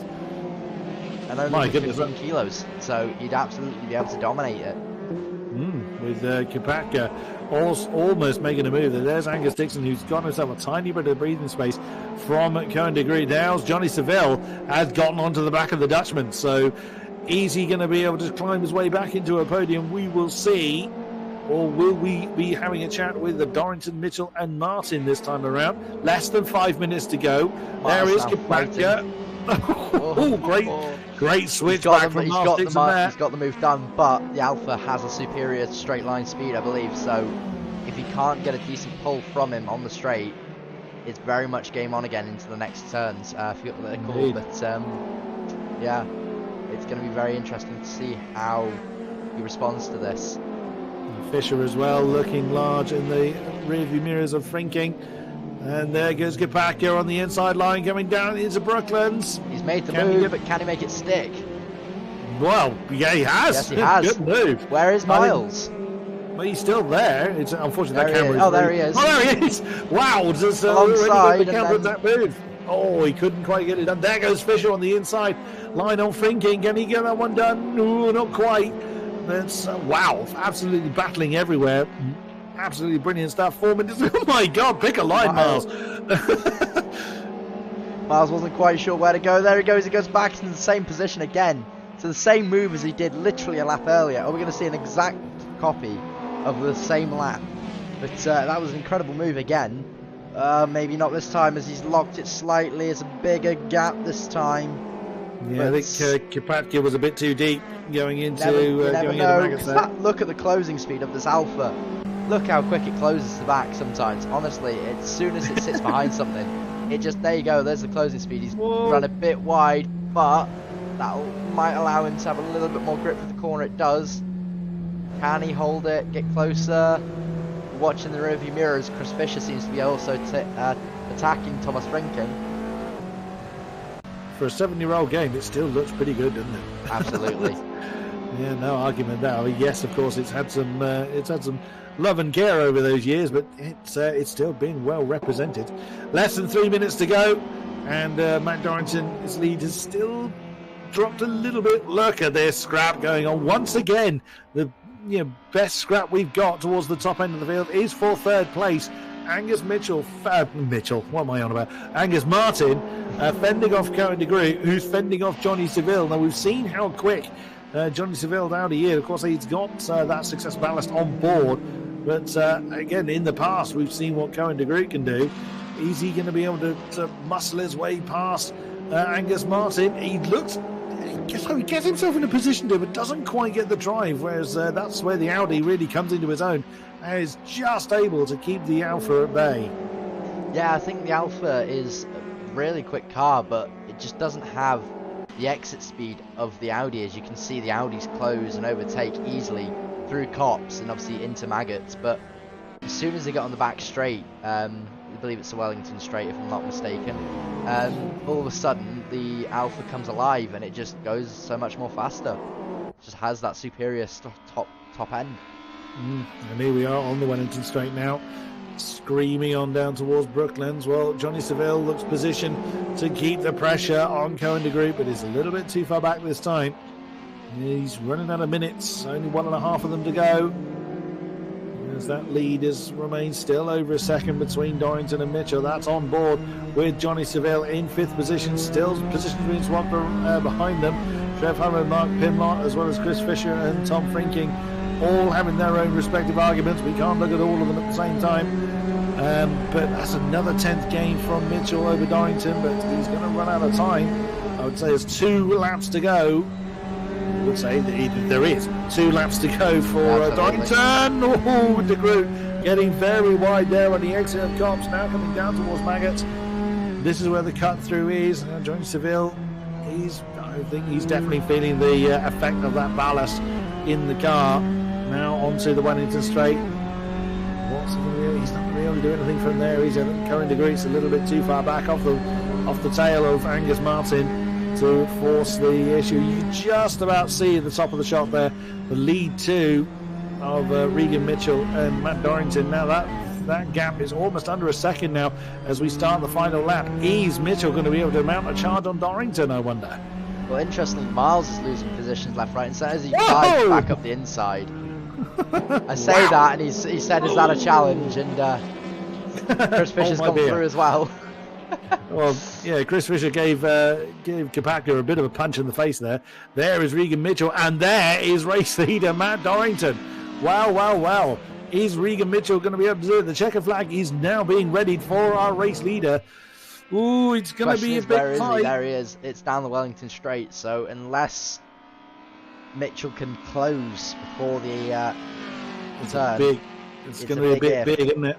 I think it's just a bit too much. He's going to throw it. He's going to throw everything into it. Obviously, absolutely go for it. There's no harm in it. But so long as he doesn't cause any issues going through left field, by all means, have an attack. Try and get that gap closed. But I don't think there's enough. And again, Matt Dorrington likes to finish. Again. With 65 kilo. And again, 2 for 2 for Matt Dorrington. Great effort there. But a new podium overall. 2 new podium sitters. So that's a very close finish there between the 3 drivers there. Mark Pimlott at the line. Trev Hummer just loses out to Mark Pimlott. How close was that? That's a good question. I would love to know. It's not going to tell us because it's that close at the line. It's not going to tell us. But it's got to have been incredibly close at the line there. Miles Dixon only just sneaking into the top 10 after a very, very bold move on Tejas. David Mole still coming across a respectable 17th after being dead last with a drive-through. Mark Holmes also making it through, not dead last after his spin. I understand. Pollock, BMW of Gruel. Yeah, Man Gruel coming over the line, and certainly not a good run for Lorenzo Molnar, who's flying towards the cameraman, as the cameraman would have actually ducked on that one. I would have ducked too. But that is it. So it's 2 for 2 for Matt Dorrington, but it's Regan Mitchell that took the second spot, and Angus Martin that has got the 3rd place spot. Very nicely done. Hopefully we'll get a chance to chat to all 3 of them. Now, Server 3 is going to take a little bit longer to set up. Absolutely. But interestingly, before we talk to them, I don't believe we've had a top 3 that was the same car. We've had obviously the Toyota at the top twice. We had an Audi second and a BMW. And now we've had the Honda and the Alfa, I believe. Wow. Yeah, very good point. So, again, that representing the marks very well, but the success ballast is really making a big difference. And we have indeed got our podium 3. So let's go in reverse order. Let's have a chat with 3rd position. And that would be Angus Martin. Are you with us? I'm with you. Hello. Hello. Well, firstly, apologies. I keep calling you Ashley Martin, as that's someone I used to work with. So I apologize for that. I will get used to it. No worries about that. Wow, what a tussle you had. You must have really felt the pressure hanging on to 3rd with what must have seemed like an army of piranhas right behind you. Oh man, that Alpha behind me was so fast on the straights. The pressure was definitely on me there, yeah. Were you thinking a podium or just kind of taking it as it comes for race number 2? I mean, obviously, once I was in 3rd, I was hoping I'd be able to hold on to it, but you never know with that kind of close racing. So I've kind of lost track. So were you carrying success ballast on that one? Yeah, so I finished in 6th in the first race. So that's about 35, is it? Yeah, something like that. So did that make an awful lot of difference? Did you sort of really feel it? In the handling, I don't think I felt it that much. No, to be honest, I don't think I'll go fast enough to feel it that much. Well, I mean that podium result would rather belie that. So it's going to be top 8. I think it's top 8 reverse grid. How are you feeling towards that? It's going to throw you back into the midfield pack, but the kind of success ballast is going to be all over the place. Is it just a case of survive, or you again looking to have another podium under your belt? So top 8 reverse, so that finishing 3rd, that would mean I start 6th again. There we go. So yep. I started from 6th last race. Bring it on. Good man. Can't fault that. We wish you the best of luck for the final race of the night. Thank you very much. Angus Martin. Thank you very much. Let's have a chat with 2nd position on the podium. It is Regan Mitchell. Are you with us? Hello, yes. I love the penguin as your avatar, sir. Well, that you must have been really kind of looking forward to challenging for that top spot. Just sadly, time ran out on you. Talk us through it from your side. Yeah, it was really good. I had a pretty bad first race because my tyres just destroyed themselves, but I managed to fix it for the second race, and yeah, you saw what that can do. I was catching to first quite a bit. Had to battle for it though. Yeah, really happy. So how much ballast were you carrying in that one? 30 kilos. Okay. So with the reverse grid, that's going to chuck you right down into 7th, I think it is. You feeling confident? No. Oh, modest man. Were you eyeing up a podium before coming in tonight, or just seeing how the dice fell? Well, I didn't know because I've never driven like touring cars like this before, really, not for years. So, and I'm normally on Assetto Corsa Competizione. It's very different, so I'll just see what happens. Get used to it as the free races go on. Awesome stuff. Best of luck for the final round. Thank you very much, Regan Mitchell. Thank you. Let's have a chat with a 2 for 2, lights the flag again. Mr. Dorrington, are you with us? I am indeed. I've got one question for you. How many sandbags did you remove when they added the ballast? Honestly, what a brilliant race. Right, that was, I mean, talk about keeping me honest by Regan. Like, towards the end there, he was reeling me in like mental, wasn't he? Yeah, Absolutely. well, I was beginning to think, hang on, he's going to be challenged here, but the time just went your way. But you did it again. You got up to, I mean, you had a bit more of a time fighting against Johnny Seville at the beginning of that race. And then you danced off into the distance, mainly because other people were fighting. But wow, you must have really felt it in the early part of the race. The early part was wicked fun. Like, you know, there was me and Johnny initially, and then me and Johnny were battling, and then a couple more got involved. And then all of a sudden, it's a 4 or 5 car battle. It was absolutely brilliant fun. Really good. So with the reverse grid, that's going to chuck you right into the midfield with a heavy car. What are your thoughts towards that one? Well, to answer your question from earlier on regarding the ballast and how much time it loses you, it's a lot. I reckon it's about 6-7 tenths. Oh, that's a big penalty in such a short time. Yeah, it's big. And the car, you feel it in the car as well. Towards the end, the car just goes off. It's just heavy. You can feel it's heavy. It just doesn't want to turn. Like the slow stuff, it just doesn't want to rotate. It's just like, it just wants to sit still, basically. And you're having to wait and wait and wait. So, yeah, it's going to be really good fun. Middle of the pack is going to be wicked. We are looking forward to it as much as you are. Thank you very much. And best of luck for the last race of the night. Thank you very much. Thanks very much. Dorrington. Right. So we have got a random draw being done for who is going to be on pole. Now, Mr. Toby Owen, are you with us? Toby? Pardon me. I am indeed. You did what you told Adam off for earlier on. Oh, welcome back. Welcome, Mr. Toby. Thank you. And wow, what a couple of races we've had so far, particularly that second one with the success ballast. It really spiced things up. Didn't it just? Didn't right, there we go. So if I switch to there, we now have your screen.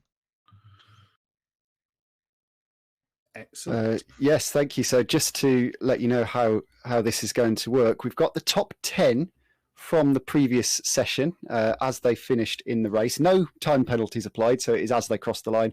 The top 10 will carry ballast just as they did in race 2. But this time, what we're going to do, ignore that number 8 there. We're going to randomise it again. We're going to do a random grid draw. So if you can see the top 10 listed on my screen there. So No, drivers. you can't. You've switched to Word. There we go. There we go. Right. Yep, we're good. The issue I've got here is, as you can see, my push to talk button is bound to P. That's interesting. So if you ignore the P's, what I will be doing basically is I will be switching through the and we're going to see which of those drivers, numbers 6 through to 10, are drawn onto the reverse grid poll. So I'm going to tap my button 5 times, and then whatever the partial reverse poll draw is, that is how we are going to run it. I'm going to stop talking. Okay. There's a lot of P's at the top, so here we go. Peas. So we got the potatoes, and now we have all the peas. I'm going to rebind this key before the next session, so apologies. That would probably be a good idea. Without further ado, I'm going to do this draw. Right, go for it. So that number is going to change 5 times. 1, 2, 3. 2 more, I think. No, so is that everything? It is 9 Miles Dixon onto the reverse. I mean position. So Miles that's Dixon will start on the reverse grid pole. Very interesting that. Yeah. Well, thank you very much, Toby. So we'll quickly jump back to that one. But yeah, that's an interesting one. That Miles being on pole. What do you think about that, Mr. Buxton? Oh, I'm sure Mr. Dixon will be very happy about that.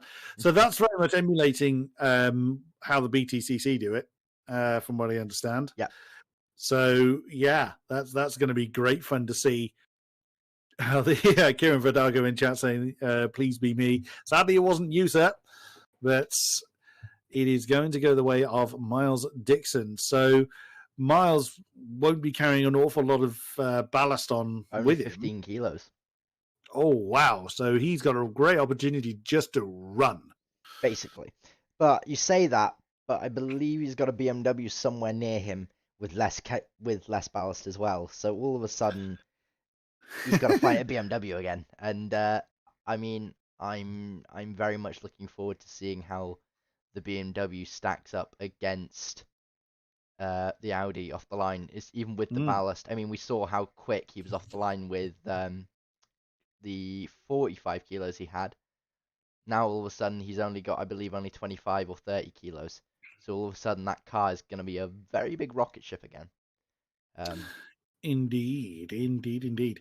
Now, there we go. As the session is now live, so we're heading down to the field. Now, I've been saying that the top 10 have been reversed, but I wonder if that's going to be the case, because I understand that to be the case, that the top 10 were being reversed, but someone from that 6th to 10th bracket was being elevated to pole. Yeah. That's my understanding of how that should work. Which would mean that 1 to 6 will become 2 to 7. And obviously the others will fill in those last couple spots. So obviously we've got as we can jump now to the... Yeah, and there we go. So Mr. Dorrington is indeed in 9th. So yep, I did understand that correctly. Miles Dixon on the front row with Mark Pimlott. So row 2 is going to be... Oh, hang on a minute. Before I do that, let's make sure everybody's in first. But the most important one is Miles on pole. Obviously that is a confirmed 100%. Yes. He is in the right spot. See there. Trev, I think we are looking more like... That looks right to me. Certainly however, the top 10. That doesn't seem completely right. I believe Mark finished ahead of Trev on the road, if I'm not mistaken, which would mean that he should be in P3. There was so much battling going on that there's the BM on the inside line as well. So that's going to be fun. Runs to turn 1 is going to be very interesting. Assuming that we have got all 21 drivers back, so Miles Dixon and Mark Pimlott take on the front row, or certainly this is how it's now shaping up. Trev Hummer and Kieran Verdago on row 2. Johnny Seville and Cohen de Groot on row 3. Angus Martin and Regan Mitchell on Regan. row 4. What? Why keep saying it? I don't know why. I don't know You've who been Regan through Mitchell every is. name on the R list so far. But Oh. sorry, carry on. Richard Mitchell. Regan. You almost need that like bound to a key to prompt me in Discord. Yeah.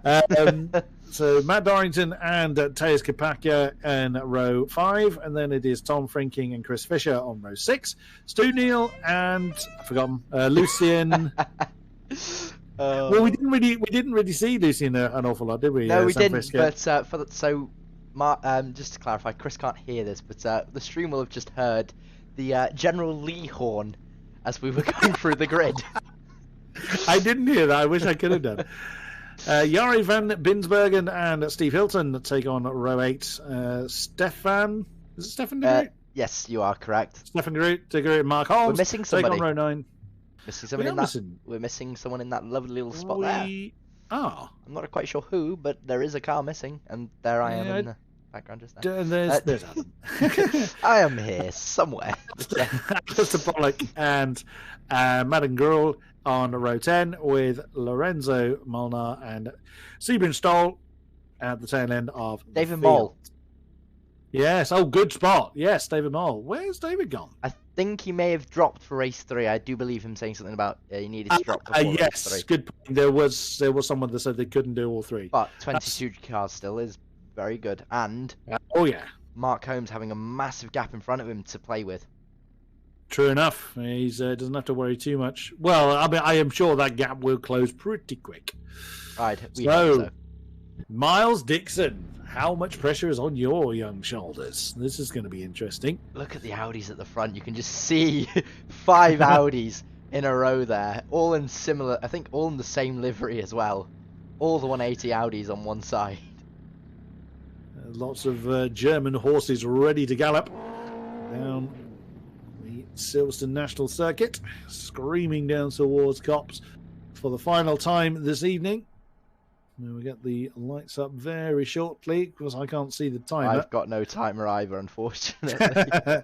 We've just got Silverstone in big and then Silverstone in small there. So, obviously, a big thank you to SimSports. Yes, absolutely. So, very shortly, we will have... There it is. So, the 6 lights will come on to get the final race of the night underway. Here we go again. It is time to wind them up and let them go. Now, this is going to be a very jumbled up grid. There we go, that's the BMW. In the middle. There's the BMW. That's Kieran Vidago trying to make a move, just as he did last time around. He's right in the middle of a 3-wide coming through Copse. I don't envy him whatsoever. There is Miles Dixon. Mark Pimlott 2. Kieran Vidago's gone ahead of Trev Hummer, now screaming down towards Maggots. And the BMW is still side by side. He's going to be in the outside line coming into the cut through. Mark Pimlott on the inside line can't hold it. The BMW's had a storming start. There's changing going on all over the place, as you would imagine. It looks like everybody's got through cleanly, though. Everybody's through cleanly this time round, so 3rd time's a charm so far. I don't want to jinx it, but everybody seems to be getting through fairly cleanly as we've got a massive battle here. There's 5 Audis and a BMW. Oh no! Trev, Binsbergen and Cap's car all out. Oh no, several cars facing the wrong way. I jinxed it. Commentator strikes again.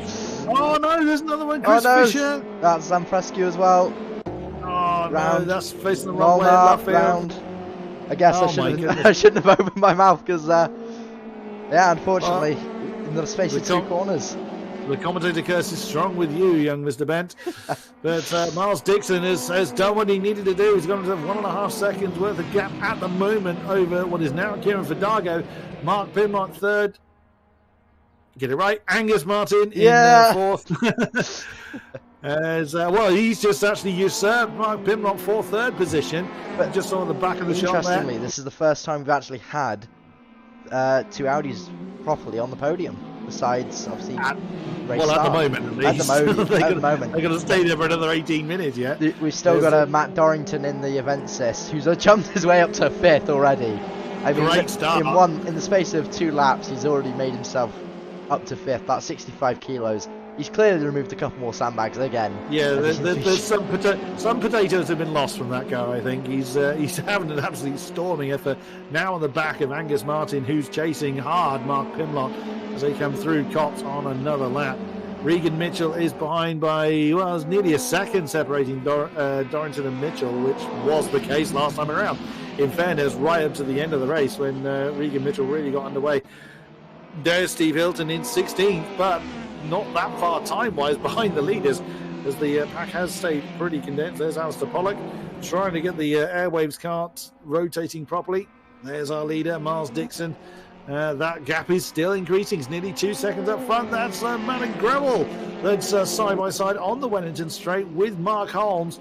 Mark's managed to get that lovely blue Avensis into position before getting into Brooklands. That's Dorrington and Pimlott.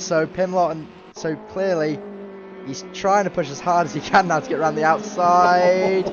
This could be a good move into, I believe, is it Cops? Scott, yes. Yeah, there we go, I'm learning. There we go, he's got the inside line there. He's going to push him a little bit. I think this could be... Seville! Johnny Seville's fallen through the audience for pits. Oh, he's out! Johnny Seville is out! Oh my goodness, we didn't see what the incident was, but we just saw him plummet through the field. Now, as you can see, he's listed as a DNF, so Johnny Seville has had an incident. As we see, Dorrington has managed to nose ahead. Oh! No, that's big accident. Grewell takes Hummer, Holmes. With Mark Holmes that slammed into the BMW. Oh no, that's the first major incident we've had. We've had a few spins, but that's the first sort of major crash we've had. Oh, goodness me.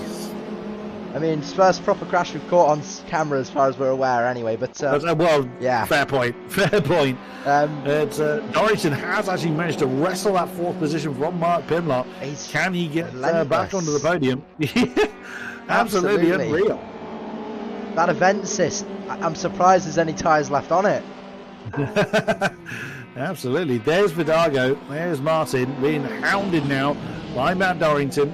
That's too much on the round. Is that Pimlott round? No, he's held it. He's very well to hold it. But that's a lot of places lost. Costly. Yeah, that's very costly. Frinking's through. Or is the other not quite? Oh, Pimlott. Yeah, this is looking like a BTCC race. Yep, you're absolutely right. Well, this is just how BTCC would work. Dorrington already around to the outside of Martin. He's done him. He's done him into Luffield. But Luffield, they're going to attack back. Here comes Martin on the inside line coming through Luffield. He's going to have the easier drive at least. Angus has made the move, but Dorrington is not going to allow that to stick. He wants this podium. He wants this. He's going to keep pushing. And there you go. He's already pushing him. So he's going to go down the inside of Cops. He's going to make the move. He's going to absolutely send it. Well, yeah, but he's not going to have the momentum to hold it. And, Angus Martin has managed to hold on to that. Regan Mitchell right behind them as well with an army of Alphas behind him on the inside line. Good Lord. He's absolutely He's going for it again. Now a cut back on the inside line of the cut through. Oh my God. Now onto the Wellington Straight. Good Lord, he's made the move stick, but the thing is, no, he hasn't, because the Audi's now alongside. The Audi's got superior drive, so it's now going to come straight into, is it Brooklands? Brooklands, there he goes, left hand of Brooklands. Yeah, but he's just about the inside line. It, and then right hand of, you say that, but right hand of Luffield, it's going to be a switchback move again, because that's going to allow Angus to have the superior line into Cops. There you go, told you exactly what happens. Through Woodcott, they're now side by side. He's going to have the drive through Woodcott, so there you go, now back to the same position, but Angus is obviously holding the inside line. Matt trying to go around the outside still. Is he going to be able to hold the line around the outside? No, Angus is still on the inside, and there we go, he makes the move. Side by side for that entire section, absolutely incredible. Let's ride on board with Regan Mitchell, because he's right in that mixture as well. He's in the middle of this particular pack. There we go. Oh, he's absolutely going for it. There we go. He's alongside. Who's alongside? It's Thomas Frinking. Frinking's going alongside. He's made the move. The Alpha now getting involved. Yeah, the Alpha now wanted a piece of this particular pie. Right behind is Mark Pimlott. What a great ringside seat we've got for this. Is Regan Mitchell tries to... Oh, an inside manoeuvre on Tom inside, but he's gonna look down the inside again. But there's another car up the inside. I can see it. Mark Pimlott is there. There he is. There's the Audi. Absolutely nose to tail stuff here for the last podium position. They do not want to let it go, and this is an incredible. This is what we love to see. People wonder why British Touring Cars is one of the best series in the world. And Amen to that. Absolutely, this is Oh, exactly. it's going to ground. Where is he? One further back. There There he goes. He goes around the outside. He has used a little bit of track limits there, so he'll have to give the position back, I think. But Mark Pimlott should be just there. Where is he? No, he's not giving the position back, so that could be interesting to see. But it's absolutely nose to tail. The two leaders have absolutely run away, but we don't care because this final podium position battle is absolutely incredible. Fair play to Miles Dixon and Kieran Fadago for their pace, but with all due respect, we're watching an incredible battle. There we go. Martin backwards. trying to defend from Frinking. So Matt Dorrington's now going to use this opportunity to run away, and chances are he may run away. But again, even with the podium decided, we don't really care because it's battles like this we come to see. You know, 5-car battles, 4 different manufacturers in it. Absolutely incredible scenes. Oh, but you never get overtaking at Silverstone. No. Oh no. No, never. No. It's just a procession. As this would actually prove.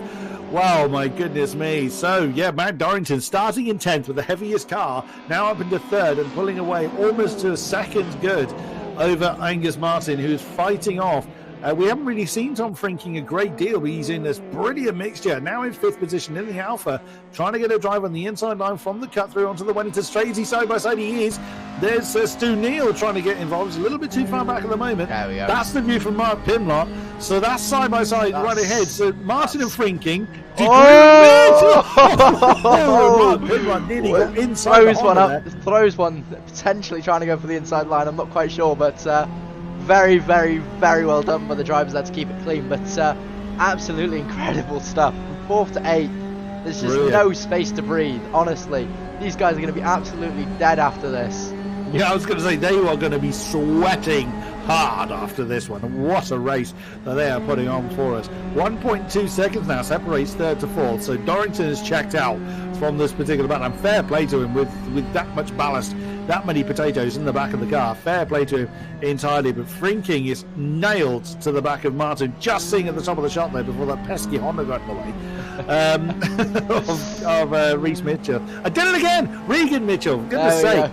Oh, there's coming the break. Frinking's going to look up the inside here. He's going to try and go later on the brakes. You watch the brake lights. There you go. Alpha just brakes slightly later, but it is going to allow Cohen to close right up to the back there. He's looking for a way past. He just can't seem to find it, but absolutely incredible battle still. As Trev Hummer's made 2 positions in one corner by the looks of it. So he's gone past Cap Cars, probably had an accident. Fisher going through. Where's the group? There he is. They're side by side going into Luffield. So we've got a 3-way battle here between Sibron, Chris and Stefan. But this is just absolutely amazing. Frinking and Martin side by side again for 4th position. You saw that change. That would be as they were coming through Cops. Now coming down towards Maggots once again. Frinking, is he going to try and bounce either one? No, that door got very much slammed in his face by Angus Martin. Watch the run now on the Alpha. The Alpha has that superior speed over the Audi, so just watch how quick. There you go. Immediately being able to pull alongside in the slipstream. Side by side before they're even getting to Brooklands. He's now going to brake and potentially try and take a wider line in to defend on the inside. No, can't get past Angus Martin there, but he's now also under attack from Cohen. Cohen's going to look for a superior line through here. He's going to look for a better exit. He's not going to try and compromise his run through, and he's absolutely right there. And now Mark Pimlott's in this battle as well. There's the HP flavoured car in the back. So the Audi now joining this particular conga line. It's now 4th to 8th now in this scrap. It was 3rd to 7th. As Dorrington's checked out, it's his replacement, the former Mark Pimlott, has joined in. There you just saw Matt Dorrington disappear from the shot. Oh, side by side is Cohen de Groot and Regan Mitchell again. Wait, where was it? Wait, there's that Honda. There he is. I was trying to find the Honda because it appeared briefly in the screen and then flew away again. But there's Stu Neal in the other Honda, so he's not far behind. These guys keep holding each other up. We're going to have another car added to this collection. But again, three side by side, lots of side by sides. Frinking and now Martin again as they're coming down towards Blufffield. Frinking's made the move, so Frinking has gone past. So the Alpha, there we go, and there's Angus on the inside again, pushing him wide. Gives him a good old elbow. Yeah, punch in the face. And now comes the other. That's coming to Gru in the other Alpha that's coming through. And then Regan Mitchell's trying to get side by side. Oh my! It's impossible to know where to look. Get on board with the Honda again. No, on board with Frinking. Let's go. I think the best idea is to go on board with Mark Pimlott, who's right behind us for a wave battle. There we go. Absolutely. Look how nose to tail this stuff is. It's incredible to watch. I'm losing my breath here, honestly. I understand now why the allure to touring cars is. You know, I watched a little bit earlier today and I was like, it's good, but this is just great, honestly. Absolutely incredible battling. And now, hopefully, everybody sees why I was really looking forward to this season getting underway again. I say this has been one of my favourite series of Commentator. Outside, maybe not. No, the Honda's got a superior exit there. Once again, defending to the inside line. But this is just absolutely incredible to watch. And then in a couple of weeks' time, we're going to have people's liveries. We're going to see these amazing creations that the drivers come up with.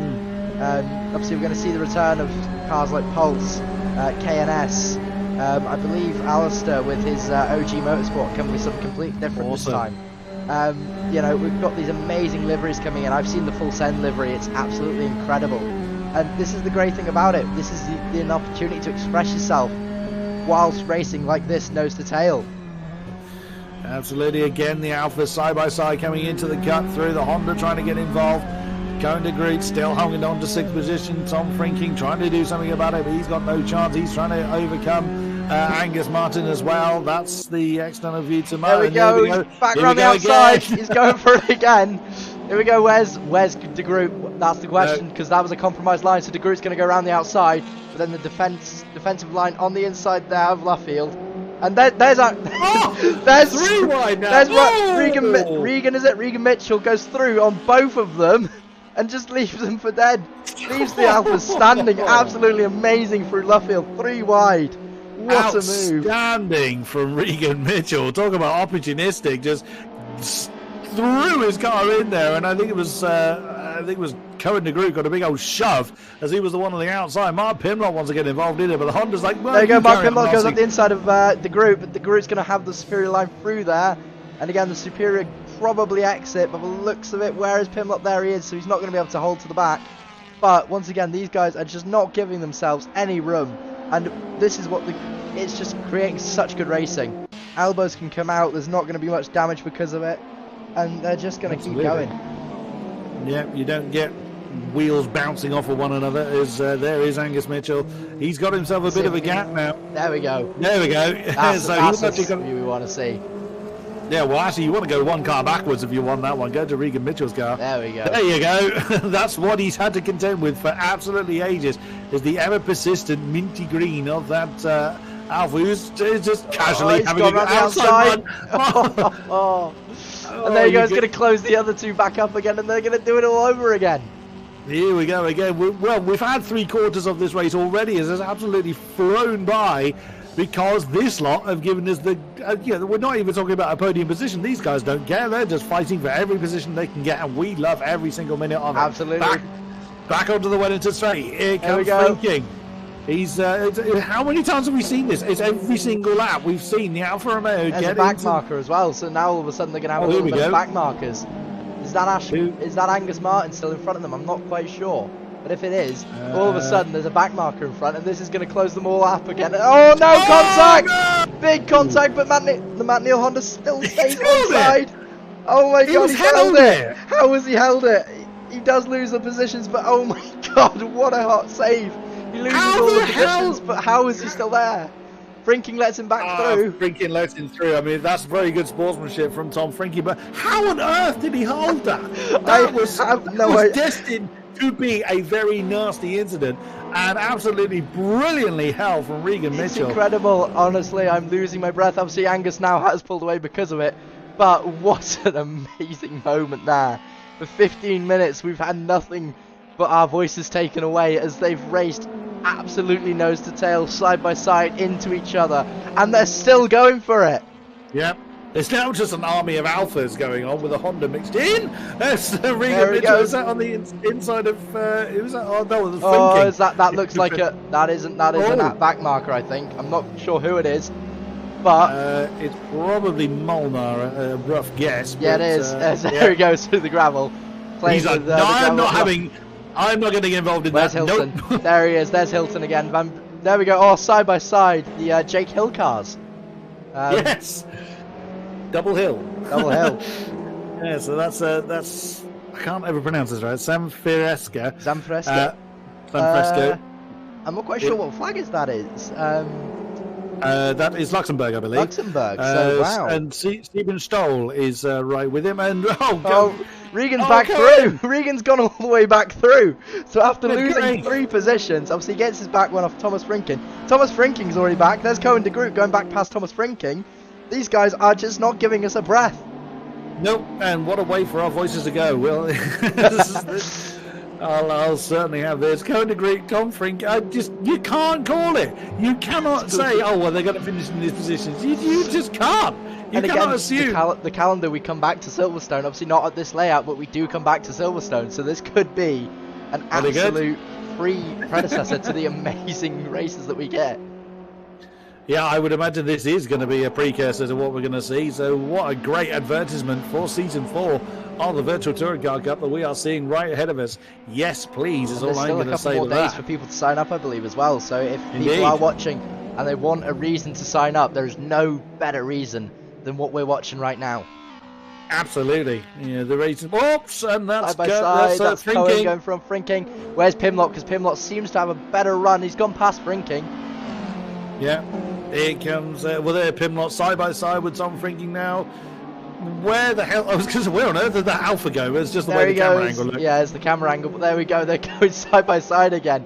They just don't want to give us a break, honestly. I mean, but further back, we have got a couple battles. We've got Cap Car on the back of Hummer as well. And these guys aren't giving each other any room anyway. Like, again, you've got battles all the way across the field, and all of a sudden, you know, you've got this battle at the back. Obviously, we've completely ignored Miles, and I do apologise to Miles. Oh no, big contact! Big contact from the American into the Indian. That's not very well behaved from Trev there, and I think he knows he's done wrong there, and obviously he should let them back through, and obviously he will drop back down, but that was a big hit from Trev Hummer there. Yeah, it was a little bit unfortunate. Whoops, as was one of the Alphas getting slightly squiggly. And the back of the shot there. There's Cohen again, back on Regan. Here we go again. Yeah. Episode, God knows how many into this turn.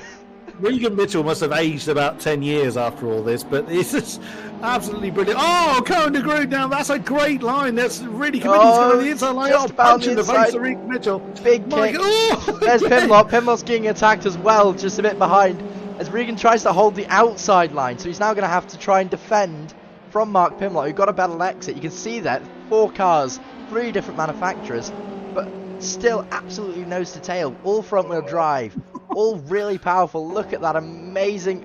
Oh, where is Pimlott going to come out? I couldn't see where he went. Where is he? Where is he? That is a good question. Where is Pimlott? He's dropped back down behind them all now. He was behind them. He was actually just behind the Oh, no, tower. there There he he is. So he's still in this mission. And The look at checkered way- flag is now out. Look at the way the car's pop a squad as well. You see that rear right tyre completely off the ground on the Alpha. The Alpha just leaves its rear right tyre in the air. Absolutely incredible racing. Where's Miles? There's Miles. We can't knock him for this amazing. No, not at all. All the way from lights to finish. Absolutely great job there. Vidago again, great job. Matt Dorrington, especially great job from 9th position. 9th, yes, with the Past heaviest Angus car. Martin ran away from that amazing battle. But there we go, Regan Mitchell. They're going to go 3 wide as they come towards the line. Mark Pimlott getting round the Alpha. Where is the Alpha? Is he going to hold that line between the Alpha and Cohen de Groot? Frinking goes through. De Groot goes through. I can't tell who's going to get this position. It's Regan Mitchell just about. Mark Pimlott just alongside him. It says Regan Mitchell by 7 hundredths of a second. Thomas Frinking on the line to take Cohen de Groot. Chris Fisher coming through. Stu Neal there. Sibrin Stoll has crashed or gone slow. He's run out of fuel. Sibrin Stoll has run out of fuel. No. Some Frescu comes through in 14th. Mark Holmes coming through in 15th. I think. Where's Kapka? There he is. Where's Gruel? There's Gruel. Where's Molnar? He's just there. Sibrin Stoll has run out of fuel. Is he going to get a good old tap? No, everybody's just avoiding him. Sibrin Stoll, how unlucky can you be in all of this racing? Just about at the end, running out of fuel. Oh my God, I am lost for words. Oh, Chris Fisher nearly slammed into the stationary stall there. I've got nothing. I'm lost for words. But Yeah, but there are still spaces available for season 4. If you Absolutely. have a Assetto Corsa, if you have a Assetto Corsa, the mods are free. Sign up, get involved. You may have lunatics like us shouting about your on-track antics. And if this doesn't sell it, I don't know what's going to. What incredible action! I am lost for words. It was incredible at every moment. And again, you know, this is only the warm-up races. This was just a test to see how it would go. And all of a sudden, we've got this amazing battle between every single driver out there. No one wanted to lose. And nobody really lost today. I wouldn't say anybody lost. I think we've got to say that. Let's have a chat with our podium 3 then. Let us start with two-time winner tonight and a podium all 3 times out. Mr. Dorrington, welcome back. Hello again. How the hell? How? I in fairness, I got 2 freebies. Right. There was 2 freebies, like lap 1 or 2. Otherwise, I don't. I mean, those 2 at the front were just gone, weren't they? They were disappeared. You had the heaviest car, and you still pulled away from people. Let's not move away from that fact. Your performance was astounding. Thanks, man. I appreciate that. Yeah, it was really good fun. You know, middle of the pack there at the start was just there's cars everywhere. It was brilliant fun. Oh, that carried on behind you. If I'm, if you watch it back, you'll have me and Adam pretty much screaming at every single lap going on. We lost for words. An amazing race, mate. Honestly. Oh, brilliant stuff. I'll have to watch the stream back then. That sounds brilliant. Yeah. So you confident for the season? It's going to be good fun. I'm here just for enjoyment. It's all about having fun. I do sim stuff for fun. Absolutely. So it's all about having a good laugh, having a good time, meeting people, and just enjoying it. Couldn't put it better myself. Well done on tonight's performance. Very much looking forward to seeing how you do when it comes to the green flag in 2 weeks' time. And best of luck for then. Thank you very much, Matt Dorrington.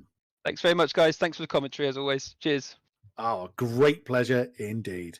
Right, second place goes to Kieran Vidago. Are you with us? Hello, mate. Well, great podium. We didn't really see much of you. When you got into second, you ran off. Yeah, I was trying to catch up with Miles, but it was fun. Now, how was that BMW with some ballast in it? Yeah, it's not too bad. Probably only about 3/10 in it. So it was all right. You left a lot of madness behind you, not because of anything you did, but there was just so much going on, sort of 4th and 5th backwards that we didn't have an opportunity to really look at you. I was trying to keep an eye. You were getting closer to Miles towards the end. Was there any thought of trying to challenge for the lead, or was the gap just too big? I was trying to catch up, but I think me and Miles were sort of trading lap times. So I'd do a 58.4, he'd do a 58.2, I'd do a 58.2, he'd do a 58.4. It'd be, Yeah. It's very close. So does this give you some confidence in the season moving forward? Oh, 100%. Yeah, it's going to be good. Racing's going to be excellent. Awesome stuff. Well, we very much look forward to seeing your performance on track in a couple of weeks' time when we get the season underway. Best of luck for the season. Thank you very much, Kieran Vidago. Thank you. And finally, race winner, Miles Dixon. Are you with us? Yes, I'm here. Wow, Miles, good to see you back in touring car colours. Cheers. I do want to apologise first and foremost for not obviously watching your race. Obviously, a brilliant race. Well done, mate. But like I say, I do apologise. Yeah, I'm afraid we really didn't see a lot of you. And when you watch the stream back, you will see why. But I mean, you just took off. Yeah, I don't know. Well, I thought the others would pass me at the start, but I managed to keep a gap at. Were you carrying any ballast? 10 kg, I think. So, assuming did that not make a great deal of difference, or could you still feel it? Well, the last race I had 35, so. Oh, you felt that? Last race, yeah, I felt that one. Just helped with the less weight. Yeah, I can imagine so. So, I guess for you, it was just hitting your marks and not falling off the road. Yeah, and practicing my braking because every corner I'm just locking up. Okay. Trying to get used to it at the moment. So, has this given you a bit of a confidence boost heading into season 4? Yes and no, because every time I win a race when it's pre-season, I end up not doing well in the championship. Oh no! Oh well, let's hope this one is the one that breaks the mold. Yeah. Great performance. So we didn't really see a great deal of you because no one really challenged you on this particular race. No, but I saw the other guys behind battling, so. Oh, Yeah. we would recommend you watch it back because we did a lot of screaming on this one. But brilliant performance. Yeah, absolutely faultless drive from you, Miles. Well done on that one. Cheers. And we look forward to seeing you in season 4 and moving forward. Best of luck for them. Thank you very much, Miles Dixon. Thank you very much. Yeah. Wow. Well, I mean, I would love to get Regan in. Let's see if we can get Regan in because I would love to hear from one of the boys that were absolutely nose to tail. I think we just need to ask him just what it was like to be in that battle because I just couldn't. It was good. Yeah, it was a damn good fun. It was just incredible. I will see if I can find him whilst we are having a look at the calendar. So there's we go. As mentioned, on the 12th of September, we start at Donington Park. Yes. Absolutely love Donington Park. So that's created some brilliant racing moments, virtual and real. So very much looking forward to that. So every round is going to be 2 weeks apart, interspersed with. It's the GT3 League from SSR, if I remember yes, correctly. it is. So obviously, this runs alternate weeks to their Every other GT3 week? calendar. Indeed, it does. So on the 26th of September, it is the Polish Classic of Tor Poznan, and we had that last time out. No, beg your pardon, we had that in the MX5 Cup. MX5s, we did. Indeed. Yeah, it's quite an unusual circuit. If memory serves. Not one of my favourites, but I'm hoping with these sort of cars, it may provide some good racing. Oh, I dare say it will. I have absolutely no doubt of that at all. So yeah, Tor Poznan is going to be the next one, or second on the calendar, as you can see. The Norris Ring, now quite a number of different racing series, heads to the alternate German Classic on the 10th of October, and then 24th of October we return to Europe, Germany is in Europe as far as I know. Return to the UK for the mighty Silverstone.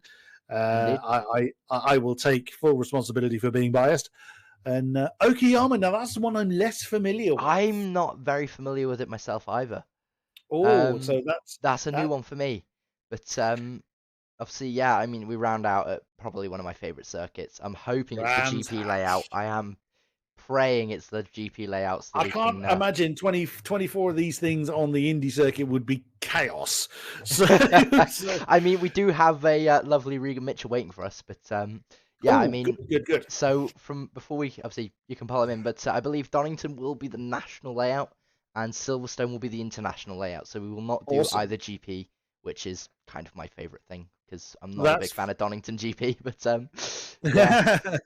I know Donington National is the more common version run, but let's have a quick chat with someone that must have aged quite a lot in that last battle. Regan Mitchell, are you with us? Hello, yeah. You just caught me. Took Wow. into bed. What must be running through your head? Because, dear Lord, that battle. Yeah, you don't get stuff like that very often, do you? Talk us through it from your side, because, I mean, we were screaming about that. Well, I was just trying to get past anyone in front of me. To be honest, I wasn't thinking about it too much. I was worried about the alphas on the straight. But yeah.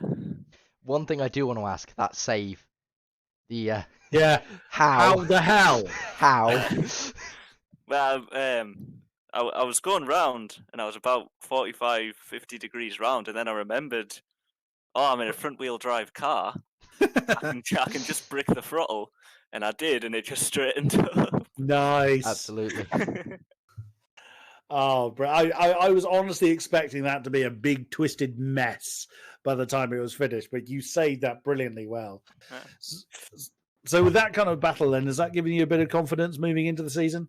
Yeah, definitely. The first race, I was really sad, but the second and third have gone really well. So yeah, absolutely. Awesome. We very much look forward to it. Absolutely incredible. Best of luck for the season moving forward. Thank you very much, Regan Mitchell. Thank you. And that is going to wrap it up for tonight. Thank you very much to those that have been with us throughout the stream and catching up post-event. Always a great pleasure to have you with us. Thank you very much for SimSports Racing for giving us the new home for the Virtual Touring Car Cup. And it's only going to be heading on to bigger and better things. Thank you very much, Adam Bent, for keeping me on the narrow. Thank you very much. What an incredible, absolutely. What an incredible series we've got ahead of us starting in 2 weeks' time at Donington Park National. Please do join us for that. Until then, thank you very much. And